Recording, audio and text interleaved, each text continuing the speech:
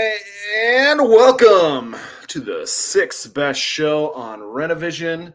Jeff Drake, AOA, thank you guys for lighting up the chat and reminding us all about punctuality, the courtesy of kings. You guys are the best. Thank you for joining us tonight on the sixth best show on Rennavision. Baltimore is not big enough for this show, so we are here bringing it to you live. Let's cue that music.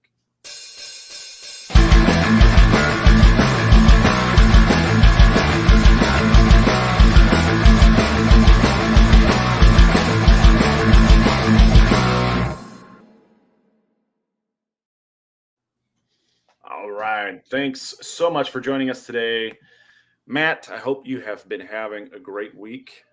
It's been all right. Not too shabby. Excellent. I have been having a great week as well.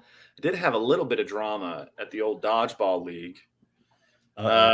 Last week on Wednesday, we have our games on Wednesday nights. My oldest son, is now playing high school football on Wednesday nights. So I usually have to now show up late to dodgeball so I can make his games. And unfortunately, one of our guys was at the dodgeball a little early and milling around in the gym while the janitorial staff was there. And this particular janitor didn't know about the deal that we have with the guy who gets us into the gym, which is we don't have to pay. We don't have to provide insurance. We just sneak in and we do it. And it's just kind of all hush hush. Well, this janitor lit up my guy and just lit him up, like just hitting them with the ones and the twos, and just he's like, "Who are you? What are you doing here? Oh, why am I not going to call the cops on you?" And he's like, "Oh, Carl let us in," and he's like, "F Carl, F Carl, F dodgeball. I'm telling the administration."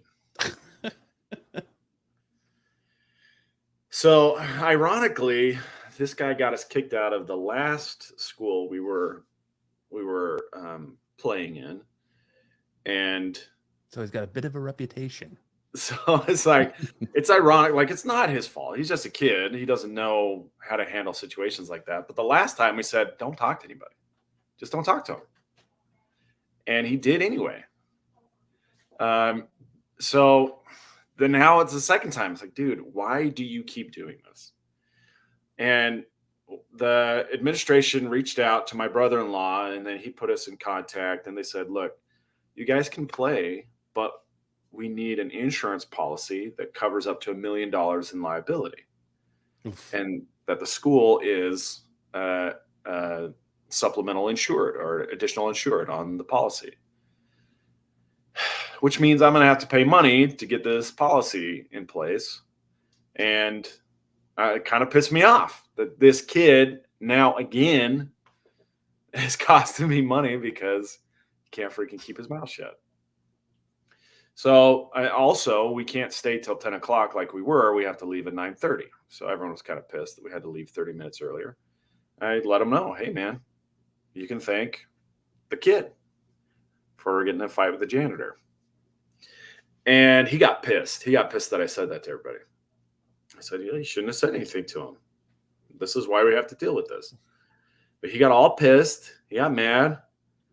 And I apologized afterwards, not in public. I was really pissed myself because this is a lot of money. And he's now jeopardized our ability to carry on the league twice. So I guess the question is, am I the asshole for dressing him down publicly? I don't think so. I think sometimes you gotta kind of make that point to make them learn. You already told them once, listen, don't say anything to anybody. Don't talk. And he still proceeded to do it. So now you're kicked out again. I mean, what's your other option? Now you're gonna have to start charging dues for people to come play to cover the insurance. Yeah, if I don't pay for it out of my own pocket, which I'll have to anyway, then we charge people ahead of time to fill our coffers, and we say goodbye because Most of the people only show up here because it's free. And if they have to pay, they're not going to come because they can go to Cactus, which is a bigger dodgeball league with a lot more people, for $7, $8, and have tons of people to compete with. Now, I think that's bad. I think having too many people on the court, they have like 200 people at Cactus. That's way too many. Yeah. Whereas we have 20. So everybody who comes gets to play. And it's really exclusive. And we really ought to be charging a premium for it. But I don't want to do that. I want to have a place where we can get out our stress and have a good time without it having to cost people money. And they come from a long way. So this kid is just like, you suck. You're making this miserable for me. And I was like, okay, then go. Just leave. Like, I'm not going to leave. This is my league. If you don't like the way I run it, there's the door, buddy. But he thinks, since he's the best player, he ought to get whatever he wants.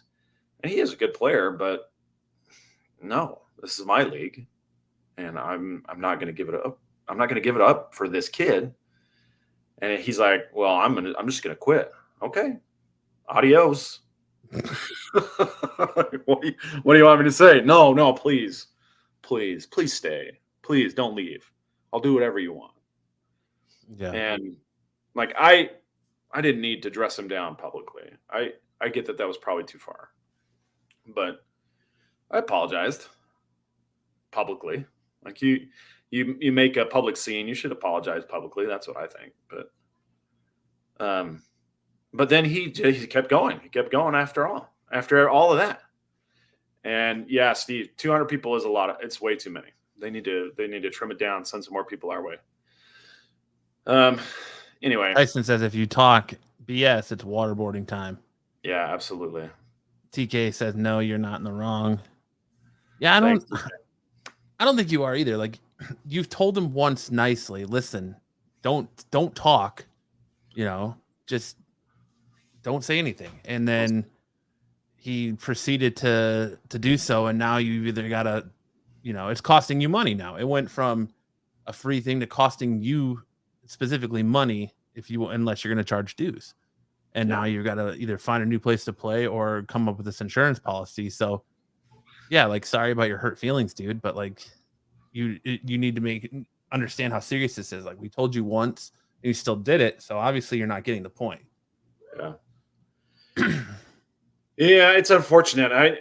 He's like, I'm going to leave in December because we're having our big tournament in December, and he wants to get some rematch against the Italians. And I'm like, leave now. Why wait? Yeah. No, we don't want you here. Don't leave when it's convenient for you. You're going to leave now. Bye-bye. Joe's, what's the Roadhouse philosophy? The Dalton Roadhouse philosophy, yeah. But yeah, it's like, I'm not mad if he wants to leave. I get it. I embarrassed him because rip out his throat. AOS says high noon in the middle of the court for the deed of dodgeball. No, I'm not giving it up. I'm not putting it on the line. He would run it into the ground because he's too stupid. I shouldn't say stupid, but he's immature. He's 19 years old. He doesn't understand. The only person he thinks about is himself. He's just a kid. He doesn't get it. And I tried explaining to him, and all he could think about was his hurt feelings. And I'm like, dude, this jeopardizes our operation when you fly off the handle and run your mouth. So, well, yeah, because now it's specifically costing. I mean, unless you and Brian are going to split the cost since you run the league together, but it's essentially costing you money for his mistake. Yeah, no, Brian. The only thing that keeps Brian coming back is that he doesn't put up any money. That's the only thing keeping him coming back. So it's like, this is basically, if I don't want to run the show, it just shuts down. So you have to produce a $1 million insurance policy to the school to keep Yeah, flying. and fortunately, that's the liability limit. It's not how Mhm. much it costs. Right. The cost of the policy probably isn't going to be very much. It'd probably be less than $500, but that's $500 that You could be isn't spending on going. something else, you know?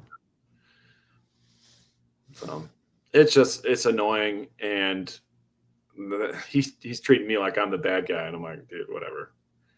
There's hit the road, Jack. Don't let the door hit you on the way out. Yeah. Everyone's like, "Oh, what are we gonna do? What are we gonna do?" If he I mean, stops, you did it to his face. Like you said it to his face instead of everyone else who was probably like motherfucking him behind his back. You at least said it straight to his face, like you dumb son of a bitch. What are you doing? he is a Thought I dumb, told you once. so stupid. Yeah, uh,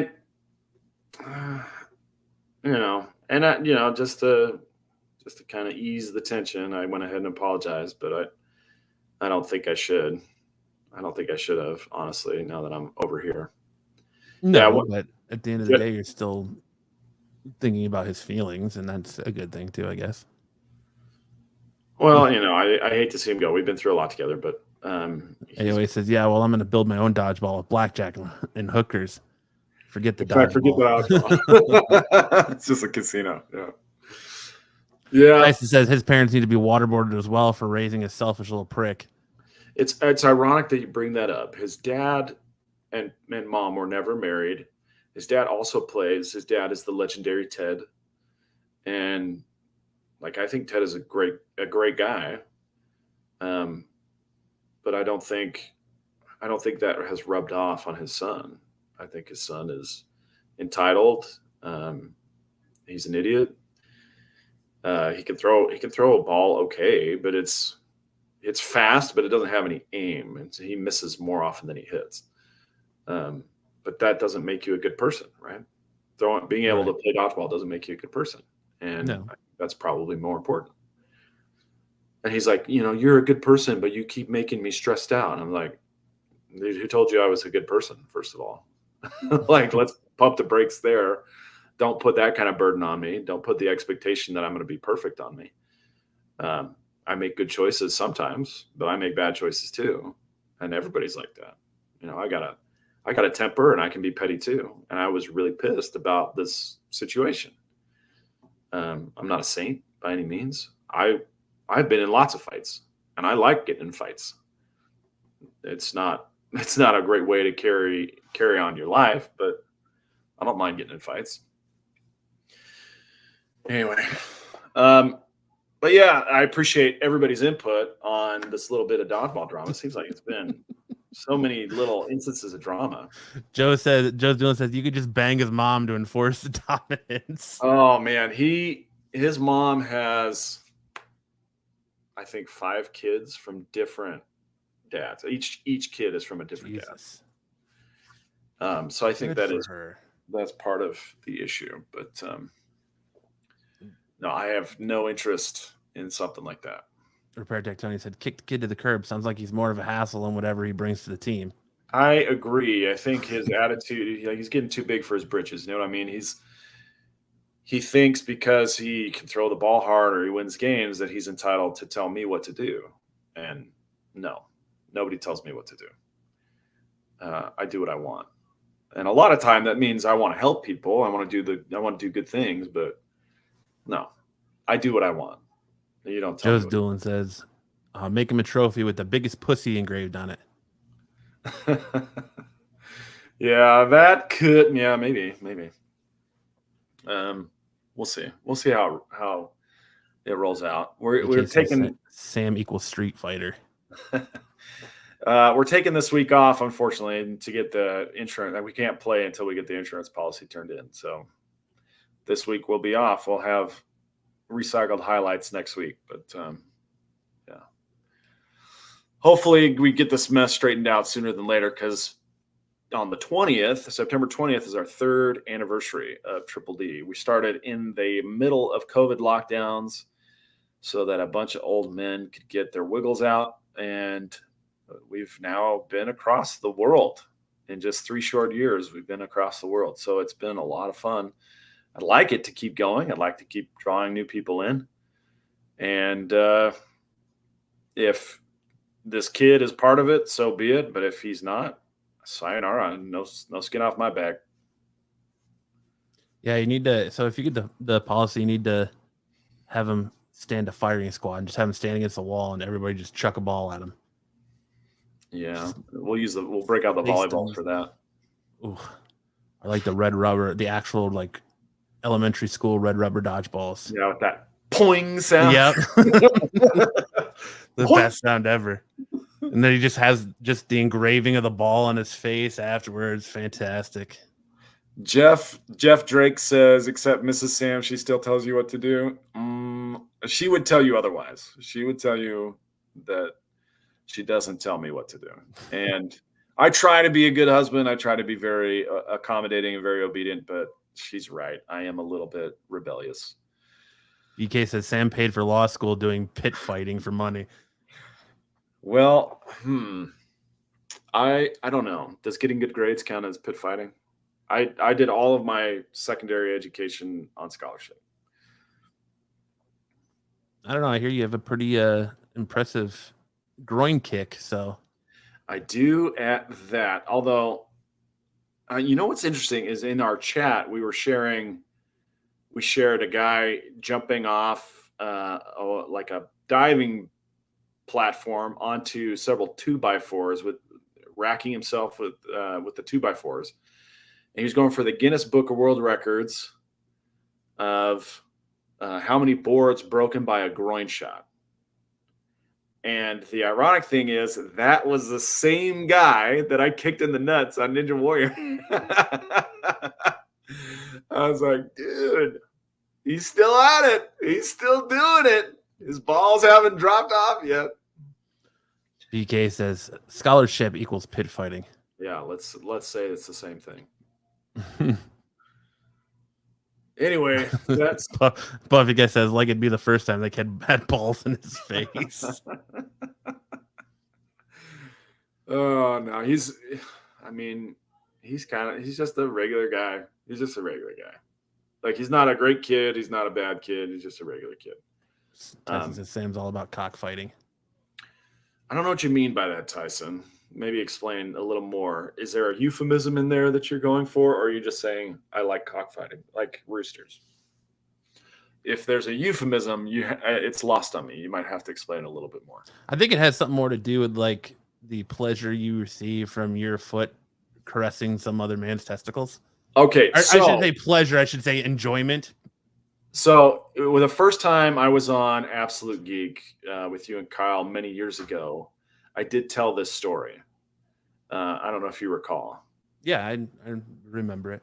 And the moral of the story is that when you kick someone in the balls, don't use soft-toed shoes because you feel his balls on your feet when you kick him. That's the thing they don't tell you at ball kicking school.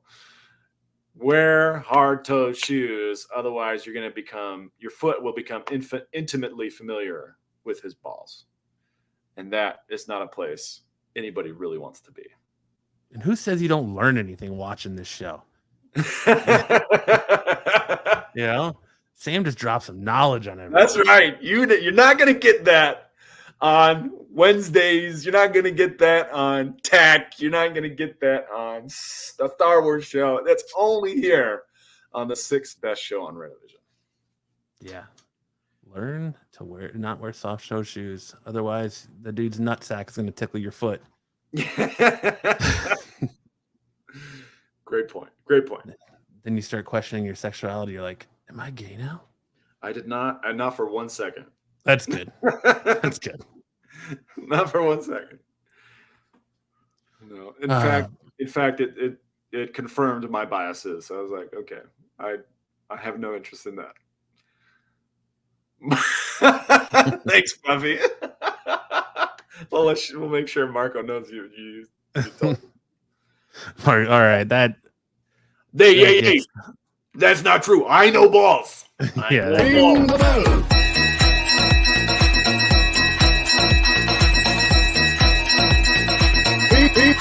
Ring the bell. Marco, I hear Marco is a professional ball handler. Joe's, yeah, that's okay. Joe says, I'm joking about the other stuff, Sam, but non-engagement with the kids seems like the only route. Okay, this brings up another really great, a little known fact about Sam is that I used to be a date doctor, and kids, young men looking to find a mate would come to me, ask for date advice, and I gave them great advice. So you're like a real life Hitch. Hitch, yeah, but shorter and white. And one of the tips that I give to the young men is that when a girl dumps you and you are not ready to give up, this is what you say. It's 3 words, okay? Everybody needs to write this down, okay? Everyone needs to write this down. More knowledge about to be dropped on you. If a girl dumps you, there's 3 words you need to say, and then that's it. You don't talk to her at all after that. And these are the words. You ready? That's cool, baby. Girl breaks up with you, you just say, that's cool, baby, and you walk away. You just let it go. I had this kid come to me, and he says he was dating a girl, but he had like a friend with benefits on the side. He had a side piece, and he's like, what do I do? I don't think I can keep these both going. And I said, well, which one do you want? He says, well, I want to marry my girlfriend. And I said, well, what about the friend with benefits? He's like, I don't care. I said, well, then you have to cut off the friend with benefits and just focus on the girlfriend and get her, and propose and then get married. But you have to, build up the confidence. And what happened was he stopped talking to the friend with benefits, but he didn't block her. And one night his girlfriend saw the friend with benefits texting him.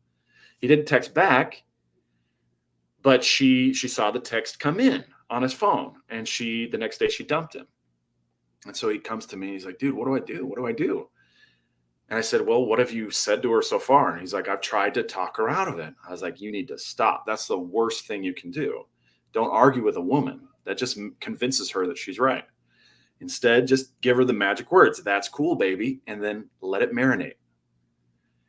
And so he sends her a text. That's cool, baby. And then he lets it sit. And he's like, how long is this going to take? I said, honestly, you did some damage already, but if she doesn't contact you within 2 days, you're done. But she'll call you back. And he comes back to my office 1 hour later, and he's like, dude, we're back together. Listen, I will tell you, honestly, I don't know why it works, but it works. I don't know what it is about women. They just cannot stand to be agreed with when they're breaking up with a guy. So that's how I treat this kid. So when Joe said non-engagement with the kid seems like the only route, I gave him the same exact treatment. He says, I'm going to leave. I said, that's cool, baby. That's cool, baby.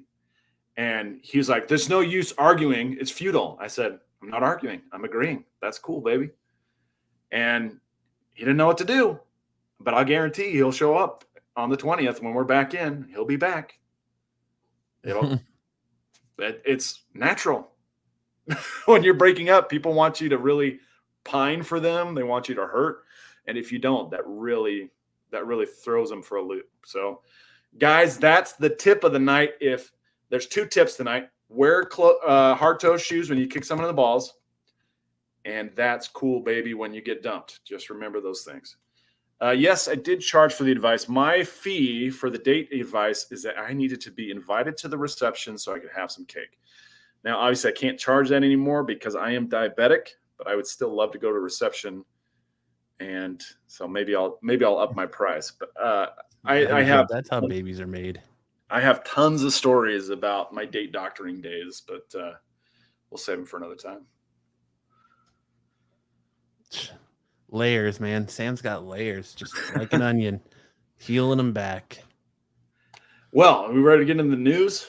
Yeah, before we do that, I just want to say what up to the chat who was prompt and on time, unlike someone on this show that is over there taking a nappy still. Kyle. Hey, what up to AOA? What up to Jeffrey? Tyson, good to see you as always. Ed, says, "Hey nerds." TK says, "Sup." Paratech Tony says, "Hi guys." Spider Guy Merv says, "Hello there, everyone. Happy Saturday. Hope you guys are having a fun time. Good weekend." And yeah, if you're at Baltimore, Anyway, I don't know that my wife would be really thrilled with that particular fee, but prima nocta. Oh, this BK says the kid's gonna fill a dodgeball with sugar and get his vengeance on Sam. Yeah, we'll see. We'll see what kind of vengeance. I think if he left, he would do more damage to himself than he ever would to me.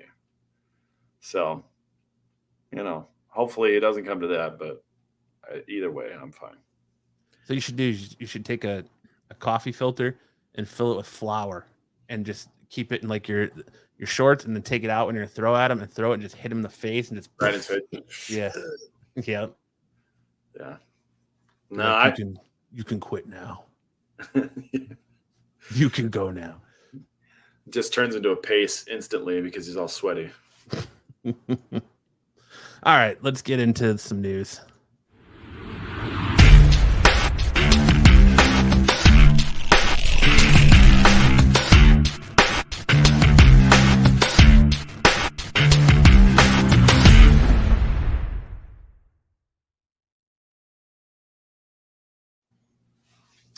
All right, first up, we have the MCU may be heading for a major reboot after Secret Wars. Avengers Secret Wars is one of the most highly anticipated films in the history of Marvel Cinematic Universe, currently slated to hit theaters in 2027. The film will bring an end to both Phase 6 and the multiverse saga, and one epic confrontation between the Avengers and an unknown enemy on Battleworld. While audiences still know very little about the upcoming 6th Avengers film, including who will direct the project, this hasn't kept them from theorizing about what may occur in the epic crossover event. Among the most popular or most prevalent theories out there is that Secret Wars will act as a complete reboot for the Marvel Cinematic Universe. I don't know that they can go back, right? You can't start over at this point. There's most of the actors who kicked off the MCU are still out there, and they're still doing great.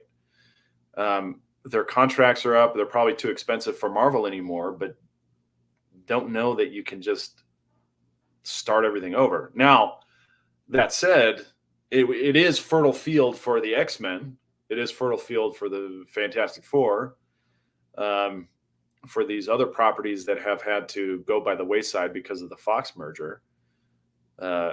So if they're going to reboot in that sense, then maybe they have a chance to just kind of dwell on the X-Men for a while. What are some of the other properties out there that haven't been developed for a long time because of rights issues? I mean, you still have Fantastic Four. You have Ghost Rider. I'm not sure off the top of my head, like what other rights are sold that Disney Marvel doesn't own currently, other than like the Spider-Man stuff at Sony. Yeah, I think they have a universal share agreement for Hulk. Yes, they can't do a Hulk solo film. But they also have some shared properties with Shueisha out of Japan, some different manga stuff that Marvel owns. I don't know if that would ever come into play, but well, yeah, because they did those X-Men. Didn't they do Blade, X-Men? They did Blade, Deadpool, Wolverine. Yeah. In all anime. So but this sounds very different from what Secret Wars was in the comics, right? That wasn't a multiverse thing. That was a Skrulls thing, right? No. So, well, Secret Wars, yes. But this, hold on. No, I'm thinking of Secret Invasion. Secret Wars was the Beyond. God, I can't think of his name. But this entity took all the world's heroes and villains and put them on Battle World to fight it out. Okay. And that's what the original it all revolves around this Battle World stuff. So thinking of a reset, I can kind of see where you're going. Yeah, Emperor Doom. I can kind of see where you're going with the Fertile Ground stuff, because it would be a good jumping off point for them to move away from, if Tom Holland doesn't want to play Spider-Man anymore, move away from Spider-Man. If they don't, you have Chris Evans doesn't want to play. No, he's already gone.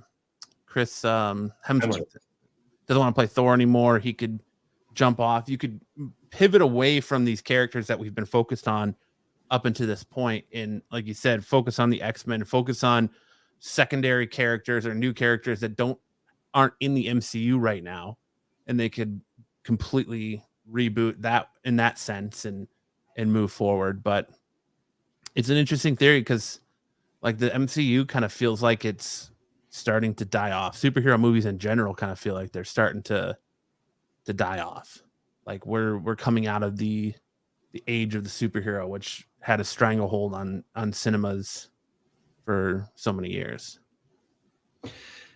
And I think the irony of it is that these stories have the stories that came out 15 years ago, talking about the Dark Knight trilogy, early MCU, they had really interesting actors, really interesting characters, and for the most part, it was really grounded.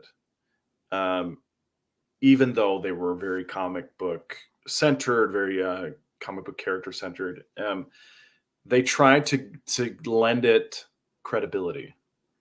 And as each phase developed, they would add in another layer of the craziness, right? Doctor Strange brought in the magic. You have Guardians of the Galaxy bringing in the cosmic. There's definitely crossover elements there. Now we're talking multiverse with Ant-Man and Kang and all these things that where it's getting difficult to keep track of. And the question is, in what ways do those stories still connect with people? And the thing I think about She-Hulk and other properties that have struggled, like Secret Invasion kind of struggled, is that I think they look at it too much about the comic bookiness as the selling point, and not as much as there are real world analogs for the things that these people are experiencing, and we need to really bring those out and tell good stories. And sometimes I feel like lately it feels like all of the things that have come out have lost touch with what makes Marvel stuff great and why they were successful. And there's also continuity issues, right? That sometimes the MCU gets a little mushy on continuity. Mm-hmm. Not as much as DC. DC is all over the place, but yeah, I think poor production or poor performance has watered down the superhero brand, and that might be what's lending to this end of the superhero cinema age. But I think there's still a lot of money to be made for good stuff if they would take the time and get it right. So, to answer your question, a lot of this, of course, has changed now. So it looks like the original movie deals were Lionsgate had the rights to The Punisher. Okay. 20th Century Fox had the X-Men. Of course, Daredevil, Fantastic Four. And all those. New Line Cinemas had Blade. Sony has all the Spider-Man stuff. And then Universal had the Hulk. Yeah. And all of the stuff that was at Fox has now been brought back under the Disney Marvel umbrella.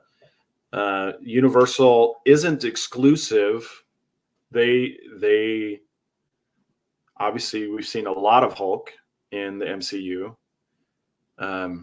but there's a profit sharing arrangement, I think. Is that right? Mm-hmm. And Disney is not allowed to produce a Hulk solo film because of the rights. They have to partner with Universal on that, and I don't think they've been able to come up with an arrangement for that so far. So, um, so yeah, I think there's a lot of things here. Like they could turn it another direction with a quote unquote reboot. Um, but the direction that they take, I think, is probably going to be in the Fox direction, right? X-Men, Fantastic Four. Oh, sorry, Lionsgate also has Man Thing. So, and Universal also has Namor, who would be part of Fantastic Four. But so you, it looks like the only deals that are still out there. I mean, of course, Marvel and Sony have the joint deal for Spider-Man stuff. 20th Century Fox is now all reverted back to Marvel after the takeover. So it's just like that Universal deal with and apparently Lionsgate doesn't own Punisher anymore. So it's like just that deal with Universal for the Hulk movies. And that's pretty much it. All that's out there. Is it true that Universal or Lionsgate doesn't own the rights to Punisher at all, or they just don't own the TV rights? Uh that I don't know. Because movie rights and TV rights are different.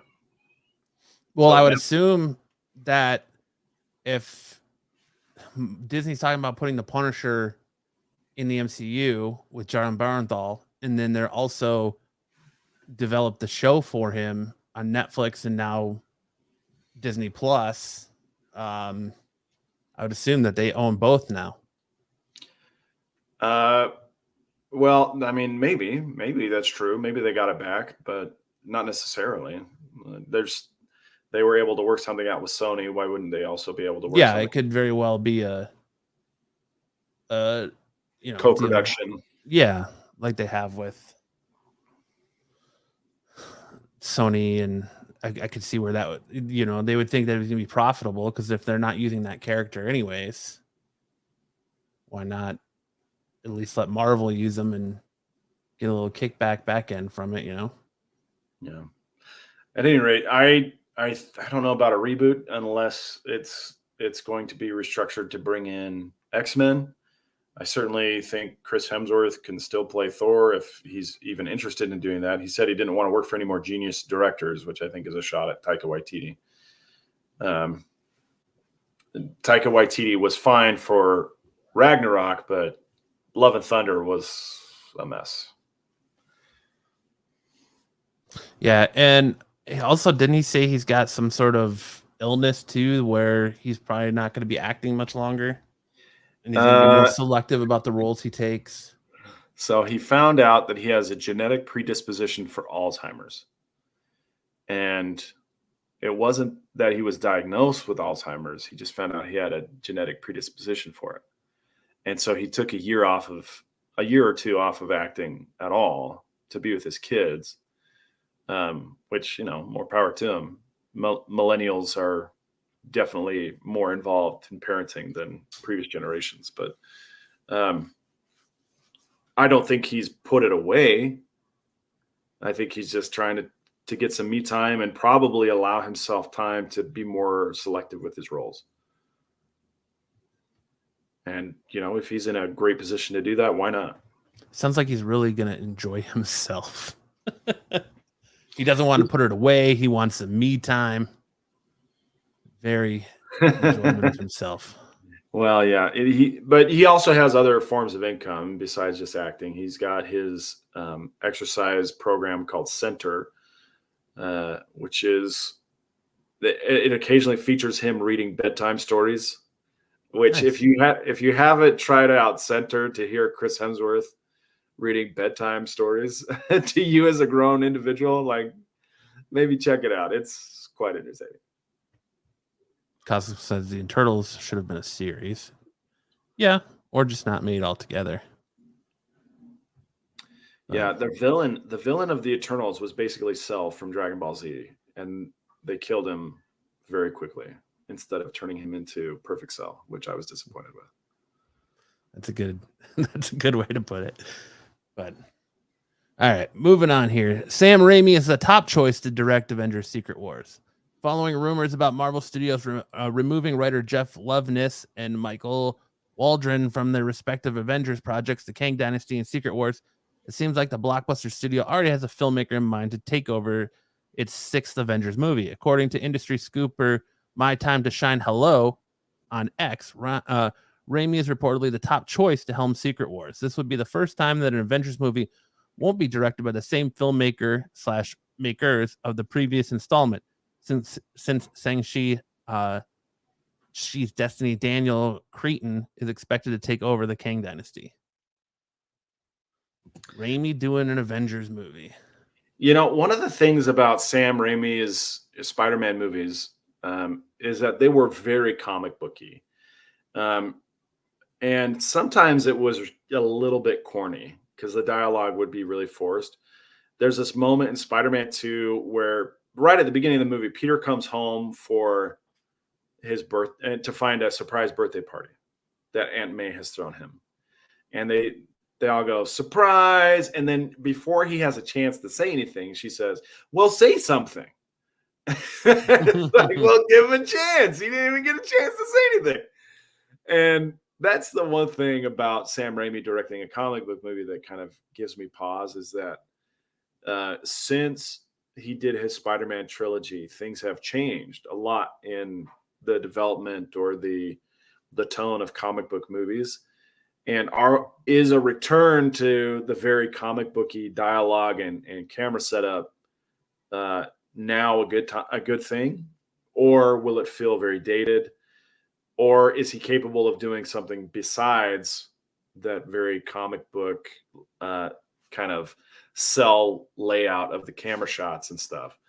Like if you go back and watch the Spider-Man movies, I would challenge you to imagine the pages themselves being comic book panels, because that's how the movie is shot, and the dialogue just moves very quickly. There's like no time for them to have introspection or thinking at all. Like it just goes so quick. So that'd be my concern about Sam Raimi, but he's a terrific director. I like his movies. His horror movies are fantastic. It's weird that with how poorly it seems Doctor Strange in the Multiverse of Madness was received, that they would tap Sam Raimi for something on this level. Yeah, Steve, he did Doctor Strange too, and that was kind of mixed reception, right? That I think some people liked it, but I think a lot of people really didn't like it, and there was a lot of people who just didn't really pay much attention to it. Cosmic One says, "Let him do it." Let him, but yeah, fight. I agree with you on his campy. Like one of my favorite campy, terrible lines comes from the Amazing Spider, or not Amazing, from his third Spider-Man movie, where Peter's having an interaction with Topher Grace's Eddie Brock after he's been taken over by the black symbiote, and Peter basically tells him, "You want forgiveness? Get religion." I'm like, that's just the worst line I've ever heard. You want forgiveness? Get religion. Yeah, but I don't know. AOA like Strange. She said Strange 2 was kick ass. I wouldn't call it a multiverse movie. I don't know that I share your feelings on that, but it was okay. For me, it was okay. But I mean, that you got to remember that Doctor Strange 2 followed Everything Everywhere All at Once, which was a very wild, like it was wild as far as multiverses go. And Doctor Strange 2 felt very tame by comparison. So I think it also suffered a lot from having that kind of comparison. We had already seen a multiverse movie that just blew expectations out of the water. And then Strange 2 was just, it was not. Yeah, because you would think with a movie called Multiverse of Madness, it's going to be boisterous and over the top and crazy, and you're going to see things that you've never seen before. And it was more so him falling through multiple universes rather than actually spending time in those universes. And then you get movies like you said, Everything Everywhere All at Once, Across the Spider-Verse. You get all these other, multiverse movies that do it way better. And it's just it to me that every time I see that, it just diminishes that movie a little bit more for me. Yeah, so think about the things that they thought would be crazy to do in Multiverse of Madness. What if the street lights were reversed? What if pizza was a ball instead of flat? Wild stuff. Yeah. versus Everything Everywhere All at Once, where they're like, what if people had hot dogs for fingers? what if putting a butt plug shaped trophy up your butt could give you kung fu powers? Like, what? Like, they went so bonkers, and it was a tough act to follow. Some real forward thinking. Yeah, it's a tough act to follow. So Multiverse of Madness was multiverse of mediocrity, in my opinion. I agree. Up next, we have John Wick Chapter 4 director confirms Keanu Reeves wants to make Chapter 5. I'm going to butcher this name. If they're going to do it, you want to have Keanu involved, and mini Keanu. I hope there's a mini Keanu. I like mini Keanu. I'm going to butcher this name. Stashlik? Stahelski. There we go. Stahelski discusses Reeves' enthusiasm for the sequel on the Happy, Sad, Confused podcast. Yeah, Keanu and I have talked. He said, Keanu, if you ask him right now, would you do John Wick 5? He'd be, fuck yeah. But then he'd look and go, well, what is it? I have no fucking idea. And believe me, it's not like we're going to figure it out today. We have a lot of set pieces. We have a lot of ideas. We have a lot of things that we didn't go or didn't do before. I have no doubt that we'd come up with a lot of great pieces. It's just, what's the main thread? We're about myths. It's like a fable. What's the message of the fable? What's the moral of the story? Give me more John Wick, man. John Wick. Okay, so I was really concerned after John Wick 3 about John Wick 4 being, because I felt like the trajectory of the John Wick movies had kind of started to come down. And then John Wick 4 was so great. It was amazing. And it brought it right back up. So I don't think I've had enough of John Wick. I really want to see more of Keanu Reeves kicking ass and beating up stunt actors or stunt men to no end. That staircase scene in John Wick 4 was so fantastic. I freaking love that. So when did Keanu get a homunculus? When he was doing press for what was it? Cyberpunk 2020. Cyberpunk 2020 or whatever it was called. That's when this was him calling people breathtaking. Mm-hmm. And somebody thought it would be funny to do a little mini Keanu on stage. And it turned into a meme for about a month and a half. But it was like, this is me asking my mom for a turn on the PlayStation or something. It was really funny. 8-year-old me asking for a turn on PlayStation. That was very funny. But yeah, let's get Keanu some bionic parts so he can keep running, and keep him coming back for more. Chad Stahelski, I don't know if you guys knew this, but he was Keanu's stunt double in The Matrix, and then he became a director focusing on action-centric movies. And he and his partner basically came up with the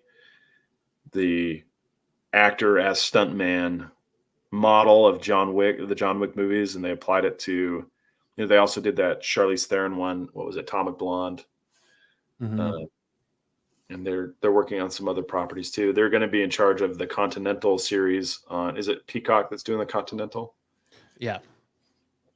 So, and that's the one, like, I love this universe that they're building. I love the John Wick movies. I love the use of like colors and neons and ambiance and just the action and the choreography and everything about it. The Continental is that one off that, if not done right, could actually, I feel like, could hurt this franchise. And what do you mean if it's done right, it could hurt the franchise? What do you mean? If not done right, it could hurt the franchise. Okay. So it's like, do you see this world existing post John Wick?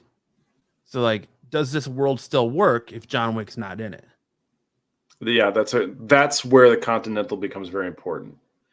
And I felt like John Wick 4 with Donnie Yen's character was really crucial, like the blind guy. Like that's another really great character that I would love to follow for three or four movies, right? Um, and so there's a lot of kind of main characters of another story or characters of another story type tropes in these John Wick movies where like the Halle Berry dog trainer lady, she was badass. Um, the rival assassin in John Wick 2 was badass. Donnie Yen's character was bad. There's all these really great characters that you can kind of sink your teeth into. Even John Leguizamo's character would be great to follow. Like, there's this really great idea of the world of the Continental, the support structure of the Continental. How did this form? There's just a lot of things that you can explore, and it could be a really, really cool thing to draw stories out from. What are spies like in the world of the Continental? Why are all these families part of the High Table?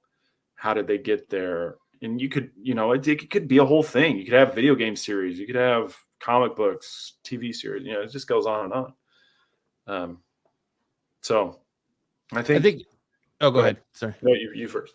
Oh, I was gonna say, I think that really the action is the main character in these movies, and the over the topness that they go with it. Like you referenced John Wick 2 when they're walking through the subway station or the mall or something, and they're like trading shots and like not hitting anybody else. So yeah, it's the action is really the main character of these movies. So if that's still on point and makes sense, like I think you can kind of get behind this universe, even if Keanu's not in it.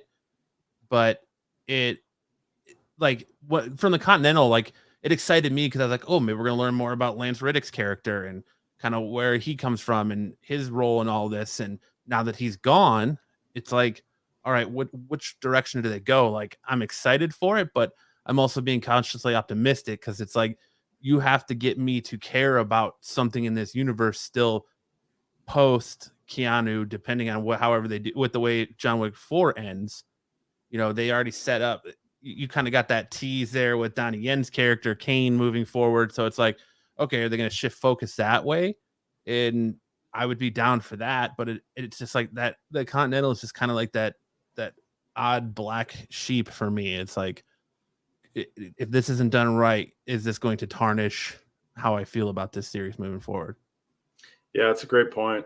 And it being on Peacock, like I don't have a ton of confidence in Peacock or Universal to produce a really great series because they really struggle to do that. But I do like what Chad Stahelski has done, and if he's in charge of the stunt work, I think it's got a good chance. I'm not reeling from CM Punk getting fired, BK. Joe's Doolin says the Continental is like having a Highlander movie centered on a church. Well, I don't know. It just depends on how they do it. Like they don't have to be confined to the Continental itself. Like the Continental is a system; it's a network. Yeah, And it's not necessarily just the hotel. There's a lot. Like how do they set up this kind of shadow society that exists in parallel to the regular world? Why does law enforcement? Why do they have this network of the hobos or the bums who transmit information for them? Why is how is Morpheus's character related to everything? Lawrence Fishburne's character. Why does he seem like he's kind of a parallel operation?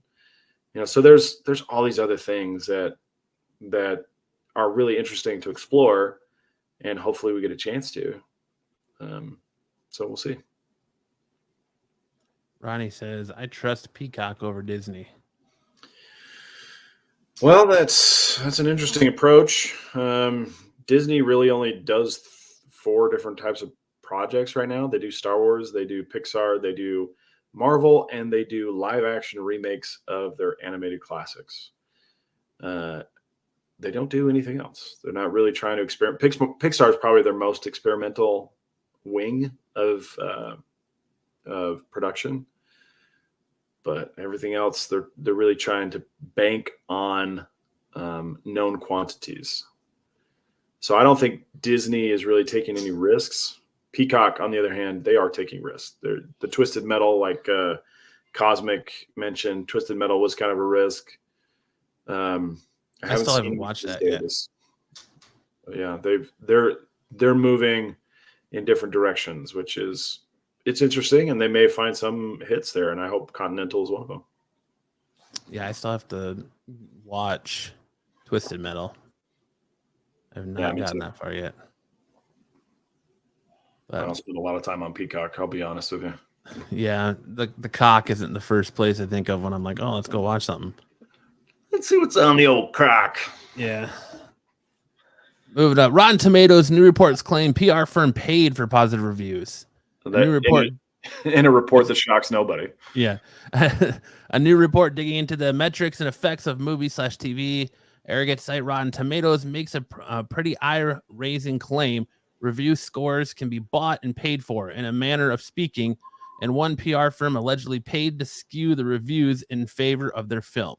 The PR company in question is Bunker 15, whose official website lists the company as a smart tech publicity engine that helps find the right journalists to promote your films, VOD or theatrical. Bunker 15 utilizes a high leverage methods of promoting on social media and through online communities. Our online platform puts films in front of the audiences that care the most about your subjects. In a report, there's an entire breakdown of the system that the PR firm can use to skew reviews scores on sites like Rotten Tomatoes. One of the little known routes to doing this is apparently PR firms recruiting lesser known or lower tier film critics who can be pressed to give more favorable reviews than normal, or even divert any negative takeaways from the platforms like Rotten Tomatoes and onto personal blogs and such. Yeah, the fact that we see so many films with a great divide between the critic reviews and the public reviews was the first evidence to me that a lot of those critics were being bought and paid for, either to promote a film or to review bomb a film. I think that there's a lot of journalists being paid to tank films too. Counter reviews or counter critical reviews are also being bought and paid for. So I could see this going a lot of different ways. I don't think the journalists behind these critic reviews are unbiased. I don't think they have. I think a lot of them have a financial interest in it, other than just getting paid to write the reviews. I bet they're getting paid on the side as well from the studios to either promote or criticize the films that are coming out. Yeah, and it makes you wonder, just because this is the first one that comes out, like how much of this is happening at a higher level too. Like, if they're buying off lesser knowns, how many better known critics are taking buy-offs and review bombs and just all this crazy nonsense? And it still kind of flabbergasts me of like, why do you even listen to reviewers? Like, form your own opinion. Who cares? Go watch the movie yourself, or or take it from people you trust, not just some random person on the internet who's like, "Oh, I'm a professional movie reviewer and I've seen this." And like, Sam calls himself the movie mechanic. Sam could sit here and take any movie and dissect it 2 ways from Sunday and make you think twice about, whether you really like that movie or not. So it's just, I guess it's all someone's point of view. So I just say, who cares? If they're buying them or not, you got to still form your own opinion. Yeah, but I'm not getting paid, right? If I were really good at business, I'd say, hey, I can turn a good phrase and help you promote or help you attack a film. Just pay me, and I'll give you a good review. I'll focus on the good stuff. It'll be honest, but it'll focus on the good stuff, and I'll just say, I'll whisper the bad stuff, but it'll be honest, that kind of thing. But that's not me, right? I want people to rely on my reviews, which I have stopped really doing, by the way, because there's a lot of noise in the movie review space. A lot of people, like, I I don't want to compete with a bunch of people who just think movie reviewing is easy business. Like there's a lot to it. But anyway, yeah, this comes as no surprise. No surprise to me. Hi, Nathan says, this is like being a voyeur between an OnlyFans star and a client. He's talking about you and me. Yeah, I know. He's like, is this a date or just the two of you making eye contact via webcam? He's like, and I'm loving it. Back in the day, one of the best podcasts we ever did was our review of Parasite back in 2019. Matt and me, and I think it was just Lance, right? I don't think no. It was I want to say it was me, you, and Travis, and Lance. Lance was on there too. Yeah. And it was a 3-hour review of one movie. It was really good. Anyway, yeah, Matt and I can talk for a long time about this stuff. But all right, switching gears here. Now we're gonna let Sam keep driving that train and turn it over to big news in anime. Watch your ears.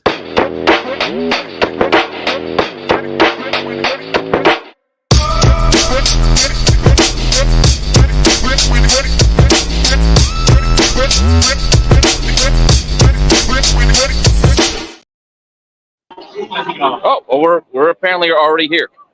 Oh, whoa! Look who it is! It's the rest of the SNS crew, plus Marco, Pete, and who's the other guy? I don't know the other guy. We have no internet, and I can't hear a thing you guys are saying because it's loud in here. Well, thanks for crashing the show. But we thought we would drop in just for a minute to say hello. Welcome to our dinner. I have some spec. I think there's a Do You Boo exclusive here. So Jim's still following me. Right over there, he shows up 30 minutes of everything I do. He's a stalker. Tell Marco the chat wants me to drop a couple more buttons on that shirt. Kingdom is still alive. See you Monday. Check out Kingdom of Nerds. Anyone wants to? Sorry to just jump in again. We can't hear, but we figured it would be funny, and you guys can make fun of us after we log off. Oh, we intend to. Will. Marco says not to explain. Oh wait, there it is. Thumb up. Have a good show, guys. So many bald spots. Joe's Duel says, "Does Marco We're still know here? buttons on a I don't know how to leave. No, he does not. And now we're looking at Pete trying to figure out modern Pete's showing technology. his old age. He's like, I don't know how to leave this. He said, "How does this darn thing work?" I'll remove it. He's just like, I don't know how to leave this. What's going on? What's going on here? What am I looking at here? Everyone could just enjoy Pete awkwardly stick. Pete looks like that guy you find on Omegle who just as soon as you pop in, he's just is just beating off. He's got like Coke bottle glasses. How does this thing work? It's not working for me. The Buffy guy says, "What are the odds Marco is eating meatballs?" Meatball. Hey, a meatball. Marco the meatball eating the meatball. It's like cannibals. Well, thanks for Pete and the crew for crashing the party. Hope you guys are having a party. Great Rennavision dinner Out in Baltimore. Yeah, it was good seeing Steve Not enough Horn room and for Pete Matt and Kyle and me. Marco and all them yeah. characters. Travel is a little tricky right now. Not tricky, I should say expensive. They're at Morton's. Steaks all around.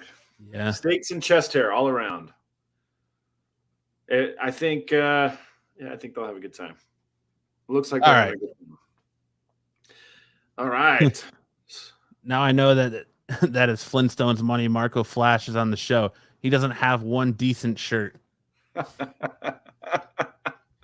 He's using paper clips instead of buttons. That's what you're saying? Yeah. Well, what you don't know is on the back of it, it says property of the Motion Picture Society of America. So it's just movie prop money. It's prop shirt. Yeah. Well, a prop shirt and prop money that he throws at the camera and property of Harvey Weinstein. Oh my God. All right. Time to take the victory lap. Live action One Piece series debuts at number 1 on Netflix's global rankings. They had 18.5 million views in the first 4 days. It came out August 31st through September 3rd. That translated to about 140 million hours watched. And according to the producers at Tomorrow Studios, that they heard from Netflix that we have exceeded expectations. And fans may not have to wait for One Piece Season 2 for a long time, as Netflix is more than happy with the response to Season 1. What does that mean? It means Season 2 scripts have been written. Tomorrow Studios already has them in hand. There may be some additional work to tune them up, but they think they can get the Season 2 out within 12 to 18 months. So that's what we're looking forward to on One Piece Season 2. And just to give you guys a heads up, Season 1 did not cover all of what we would call the East Blue Saga. It covered most of it. Covered about 80%. There's a last island that they visit before they enter the Grand Line. And once they enter the Grand Line, things really pick up. And the first major saga is called Baroque Works. You heard that probably mentioned a couple times if you watch the series. Baroque Works is the first major saga in them entering the Grand Line. From the minute they enter the Grand Line, they're in contact with Baroque Works. Like that Mr. Seven guy who got sliced in half the first episode. He's a member of Baroque Works. And they're kind of this criminal organization. And they have a big scheme that the Straw Hats get involved with. So anyway, this is a very good response. It looks like One Piece is doing very well in week 2. It did get beat out in the U.S. by the new Shane Gillis comedy special, but it's still number 2. And it's still number 1, and it was number 1 in 86 different countries at the same time. And then right now it's still number 1 in 50 countries. So still doing very well in its 10th day since it was released. And I think it'll still continue to have legs for a while yet. I've only seen it 3 times through, so I'll probably have a couple more viewings in me before I give it up for Season 2. All right, next story. Buffy guy says Kyle demands Season 2 has more Nami running. Yeah, you know what? There is a lot more Nami in Season 2, but then there's another character who we'll have to look forward to called Nico Robin, who's another kind of thirst trap for the audience that we'll be looking forward to. Have you started you already started your second viewing of this, right? I've seen it 3 times. I'm all the way through. Yeah, the next time I watch it will be in the Japanese dub with the OG voice actors, huh? Yeah. But yeah, I think it's really done well. All right, this is a manga update. Shonen Jump is retiring what I thought was a very weak entry. We'll be talking about it more in the WTF Manga of the Week. Fabricant 100 ends at chapter 36 this week, or actually it ended last week, and we'll get 3 new series starting in Shonen Jump in the month of September. You have Yoshihiko Hayashi's Mama Yu Yu. This is a new normal fantasy manga set in a world that chooses to coexist with the Demon King, and the hero is troubled. So this idea of a new normal, kind of like COVID being a new normal and people just having to deal with it rather than fight it. And then you have Takiro Hokazono's Kagurabachi manga about Chihiro, the young son of a swordsmith, which will launch on September 19th. This one I think sounds probably the most interesting out of the 3 to me. And then we also have Elk Itsumo's 2 on Ice manga, which is a figure skating manga. There's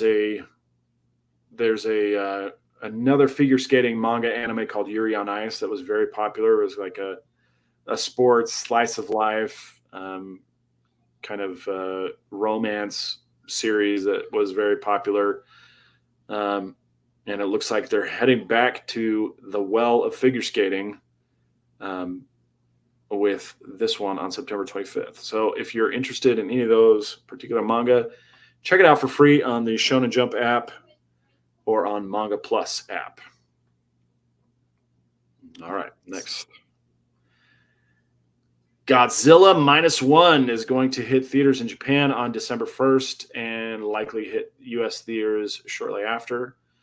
This one is going to be set immediately following World War II. And the irony of this particular setting is that the conception of Godzilla was meant as a metaphor for the nuclear-powered America, that it was like a sleeping giant with nuclear strength, and that it was so reckless and when it was unleashed on Japan. And that metaphor is very powerful, and it's throughout all of the Godzilla movies. And if you weren't aware of that, this one really is an interesting approach because it really brings it back to the original source material, because it is directly tied with America's involvement and its attacks on Japan and all that stuff. And it has me wondering if this is kind of like a shot across America's bow for releasing Oppenheimer, which was about the nuclear bombs that were dropped on Japan, and kind of the glorification of those weapons, or if not glorification, kind of the pop culturization of those particular moments in history that really greatly affected the future of Japan. So if you're a big Godzilla fan, I really like, they're still kind of hanging on the look of Godzilla from the most recent films. And I really like the portrayal they put in this poster, where the G looks like a Godzilla walking to the right, and the tail is kind of swishing up over the top. And then you have the picture of Godzilla set within it. But it looks like a really awesome movie. So I'm hoping that we get to check this out sooner rather than later. But keep your eyes open for Godzilla -1. Yeah, it looks super good. And then finally, we have the manga retrospective for Fabricant 100, which is on its way out. It was about basically Frankenstein type monsters who were going around collecting human body parts, and the Frankenstein-like individual who is tasked with killing them all. Fabricant 100 is the woman you see on the left there holding the boy, and that boy is the sole survivor of a family that was killed and harvested for their parts by these Frankenstein-like monsters. As you can see, this is the opening page on the far edges of a certain village, there is an estate where there once lived a doctor who was fixated on the ideal of an ideal human being. The doctor began to fabricate his own human creations. However, these fabricants were still a far cry from the ideal human, and so the number of fabricants simply continued to grow. And on the day the 100th creation finally came to life, the doctor's life came to an end. And it didn't get very far. I got to chapter 36, which is less than a year. That's about 10 months of releases. And I really struggled to get into this one. And for the most part, it was because the characters made some really stupid choices. And they didn't really stick to the things that I thought were interesting about it. It pulled its punches a lot of times, and I think that's why I lost interest. And I think a lot of people probably felt the same way, and that's why it's ending early, because it tried to play things too safe. So goodbye, Fabricant 100. We hardly knew you. I can't recommend this one to you guys. I didn't think it was very good, but it's leaving to make room for some new stuff, and hopefully that stuff will be much more successful. And that's it for big news in anime. Joe's Dylan wants to know, is the Godzilla Toho Studios? I think so. We go back to the slide and check, but I think it is. I don't think it. I don't see where it says. Yeah, I don't know, but I think it is Toho Studios. Yeah, it's at the bottom. Yeah, right here. Yeah. Yeah. I have a question for you. I want to dig into your anime news and see if your anime sources have tipped you on anything. Kira Toriyama, creator of Dragon Ball, posted a thing on Instagram. I want to say it was yesterday, that Thursday, October 12th, they're going to have a huge Dragon Ball Super announcement. It says, delivering the latest information on the world famous manga and anime franchise Dragon Ball. We will talk about new developments in the Dragon Ball series, along with the mysterious new teaser. Also, appearance of special guests. Do you have any idea what might be going on in the world of Dragon Ball, and should we be expecting the announcement of the return of the anime? Yeah, probably. It was already teased once. Dragon Ball has always been a weekly release series, and because of the way that they're releasing the Dragon Ball Super manga series, it's really tough to do that. The anime ended up outpacing the manga, and so after the Tournament of Power arc, they ended the anime, and the manga continued with what they call the Moro arc. Moro is the villain of that particular arc, and then that's what we expect the next season of Dragon Ball Super to cover is the Moro arc. The manga also has started covering the Dragon Ball Super superheroes content of Gamma 1, Gamma 2, Beast Gohan, Super Piccolo, all that stuff. And so the manga is right now covering that and kind of expanding on the lore and the backstory of the Dragon Ball Super superheroes. Now, what I would expect this announcement to be would be that the anime is going to continue with the Moro arc, and then the superheroes, kind of a serialization, so they can cover the expanded material from that, like they did with Resurrection F, the Frieza stuff, and the Beerus arc. What was it? Battle of Gods. So I think what they'll probably talk about is that stuff. They may skip the Moro arc. The Moro arc wasn't that interesting. The next arc after Moro was Granola was the quote unquote villain. Actually, he was more like a Broly type character where he's super powered, but also not that bad of a guy. And he just was misguided. Mm-hmm. So it could be that.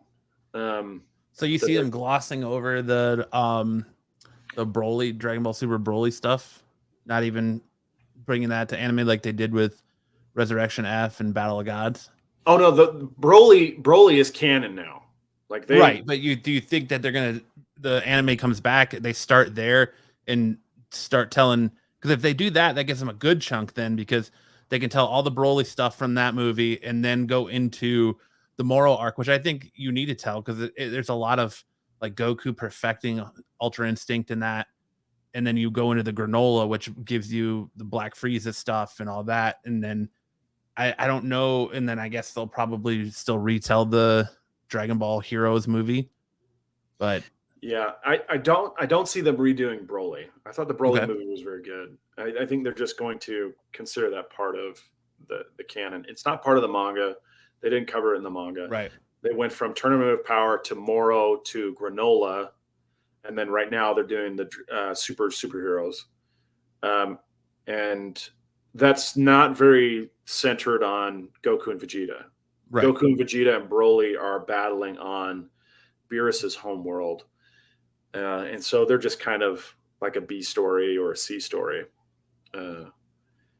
It's mostly focusing on Goten and Trunks and their high school careers, and how they are working with these androids, or fighting against the androids, and then how Piccolo and Gohan get involved in the whole thing too. So it's expanding on what we saw in Dragon Ball Super Superheroes. As far as who the surprise guest would be, I would imagine it's probably going to be the villain of whatever the next arc is going to be, either Moro, Granola, or Gamma 1 and Gamma 2. That's what I would guess. I would think they're gonna like talk a little bit about where it's gonna head after they finish the Dragon Ball Super superhero arc, and things like what if you're gonna get that, because a lot of speculation is that you're gonna get that time jump at the end of Z forward, because they said that they've said that they intend to keep Z, the ending of Z canon. So I wonder if they're gonna just end it there and then pick up after the end of Z, or what they're gonna do with that. So I don't know. I just thought I would ask the man, the myth, the legend himself, if he had any. I don't think that they're far enough into the superhero stuff to announce the next phase. They still have some surprises that they want to add to the end of the superheroes. But maybe it's in October, and by then it might be close enough to wrap up that they're ready to announce the next story arc phase. But I would say it was probably going to be more anime centric than the manga itself. I'm down for that because I'm eagerly awaiting the Dragon Ball Super anime to come back. Yeah, it's really well done. I really like it. But all right, well, we'll go ahead and get into best and worst covers of the week, as Kyle seems to just still be locked in his coma.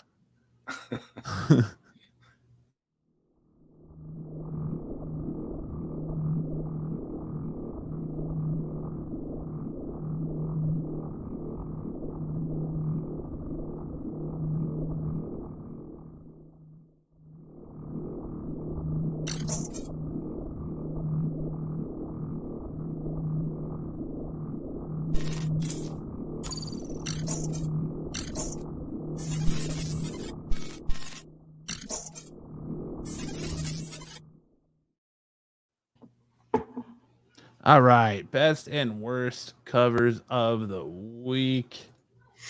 Here we go.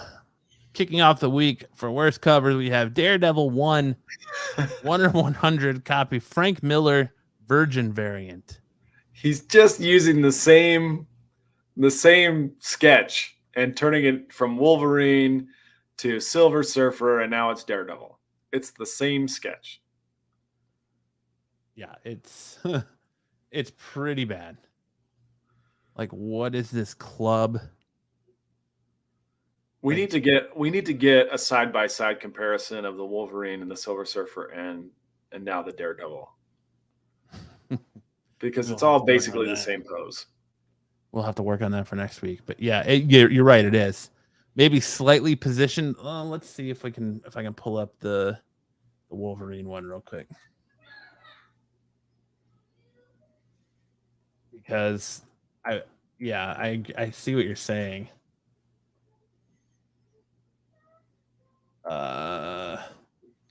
Why does Daredevil have a lightsaber? That's a great question. That's a great question. BK says Kyle's building a spirit bomb. Are you saying he's eating some Taco Bell? Is that what you're trying to say? Buffy guy says that intro sure isn't going to wake Kyle up. Yeah, you've got a point there. Touche. Got us there. Both Daredevil clubs put together. You Jinx. Can't keep bringing up the icon Frank Miller.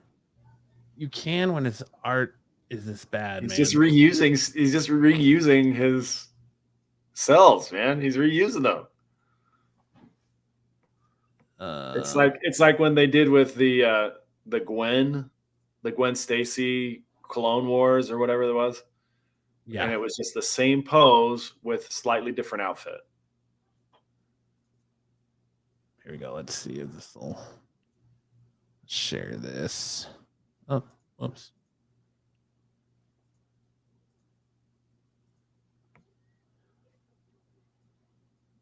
So there's the Wolverine. Yep. Pretty similar pose. Just if you angled it to the reposition a little bit. Yeah. Rotate it about 30 degrees. Yeah, it looks very similar. Yeah, not old Frankie Boy's best work. Up next, we have Star Trek: The Motion Picture Echoes #5.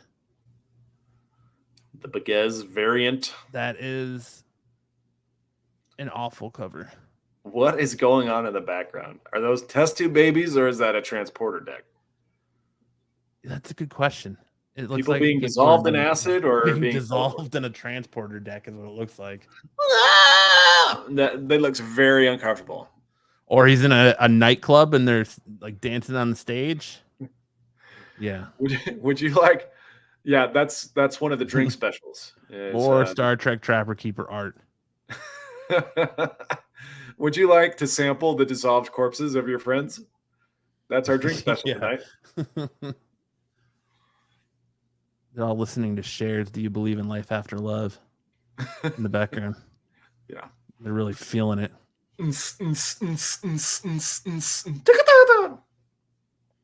Buffy guy says it's the transporter accident from the first movie. Oh, yeah. Okay. Yeah. Going back to the Frank Miller one, Joe's Doolin says, if that was an open order, I'd give him a pass, but for a 1 in 100, this is an abomination. Yeah. That's a great point. That's a great point. Up next, we have Negaduck 1, the Parker action figure cover. What is this cover? Why does Negaduck look like he just snorted coke? Yeah, what's that action figure made out of, man? That's like crazy. Negaduck was my favorite character from Darkwing Duck. Sarah says, worth painting to put in your proctology office. Yeah, I like Negaduck too, but I saw that cover and I was like, what is he looks like he's methed out, like he's coming down. He totally is. Absolutely. Look, he's coming off that bender and he needs his fix. Come on, Parker. Scary. That's funny. And next we have Superman Lost 6, the Lee Weeks cardstock cover. What is this Superman?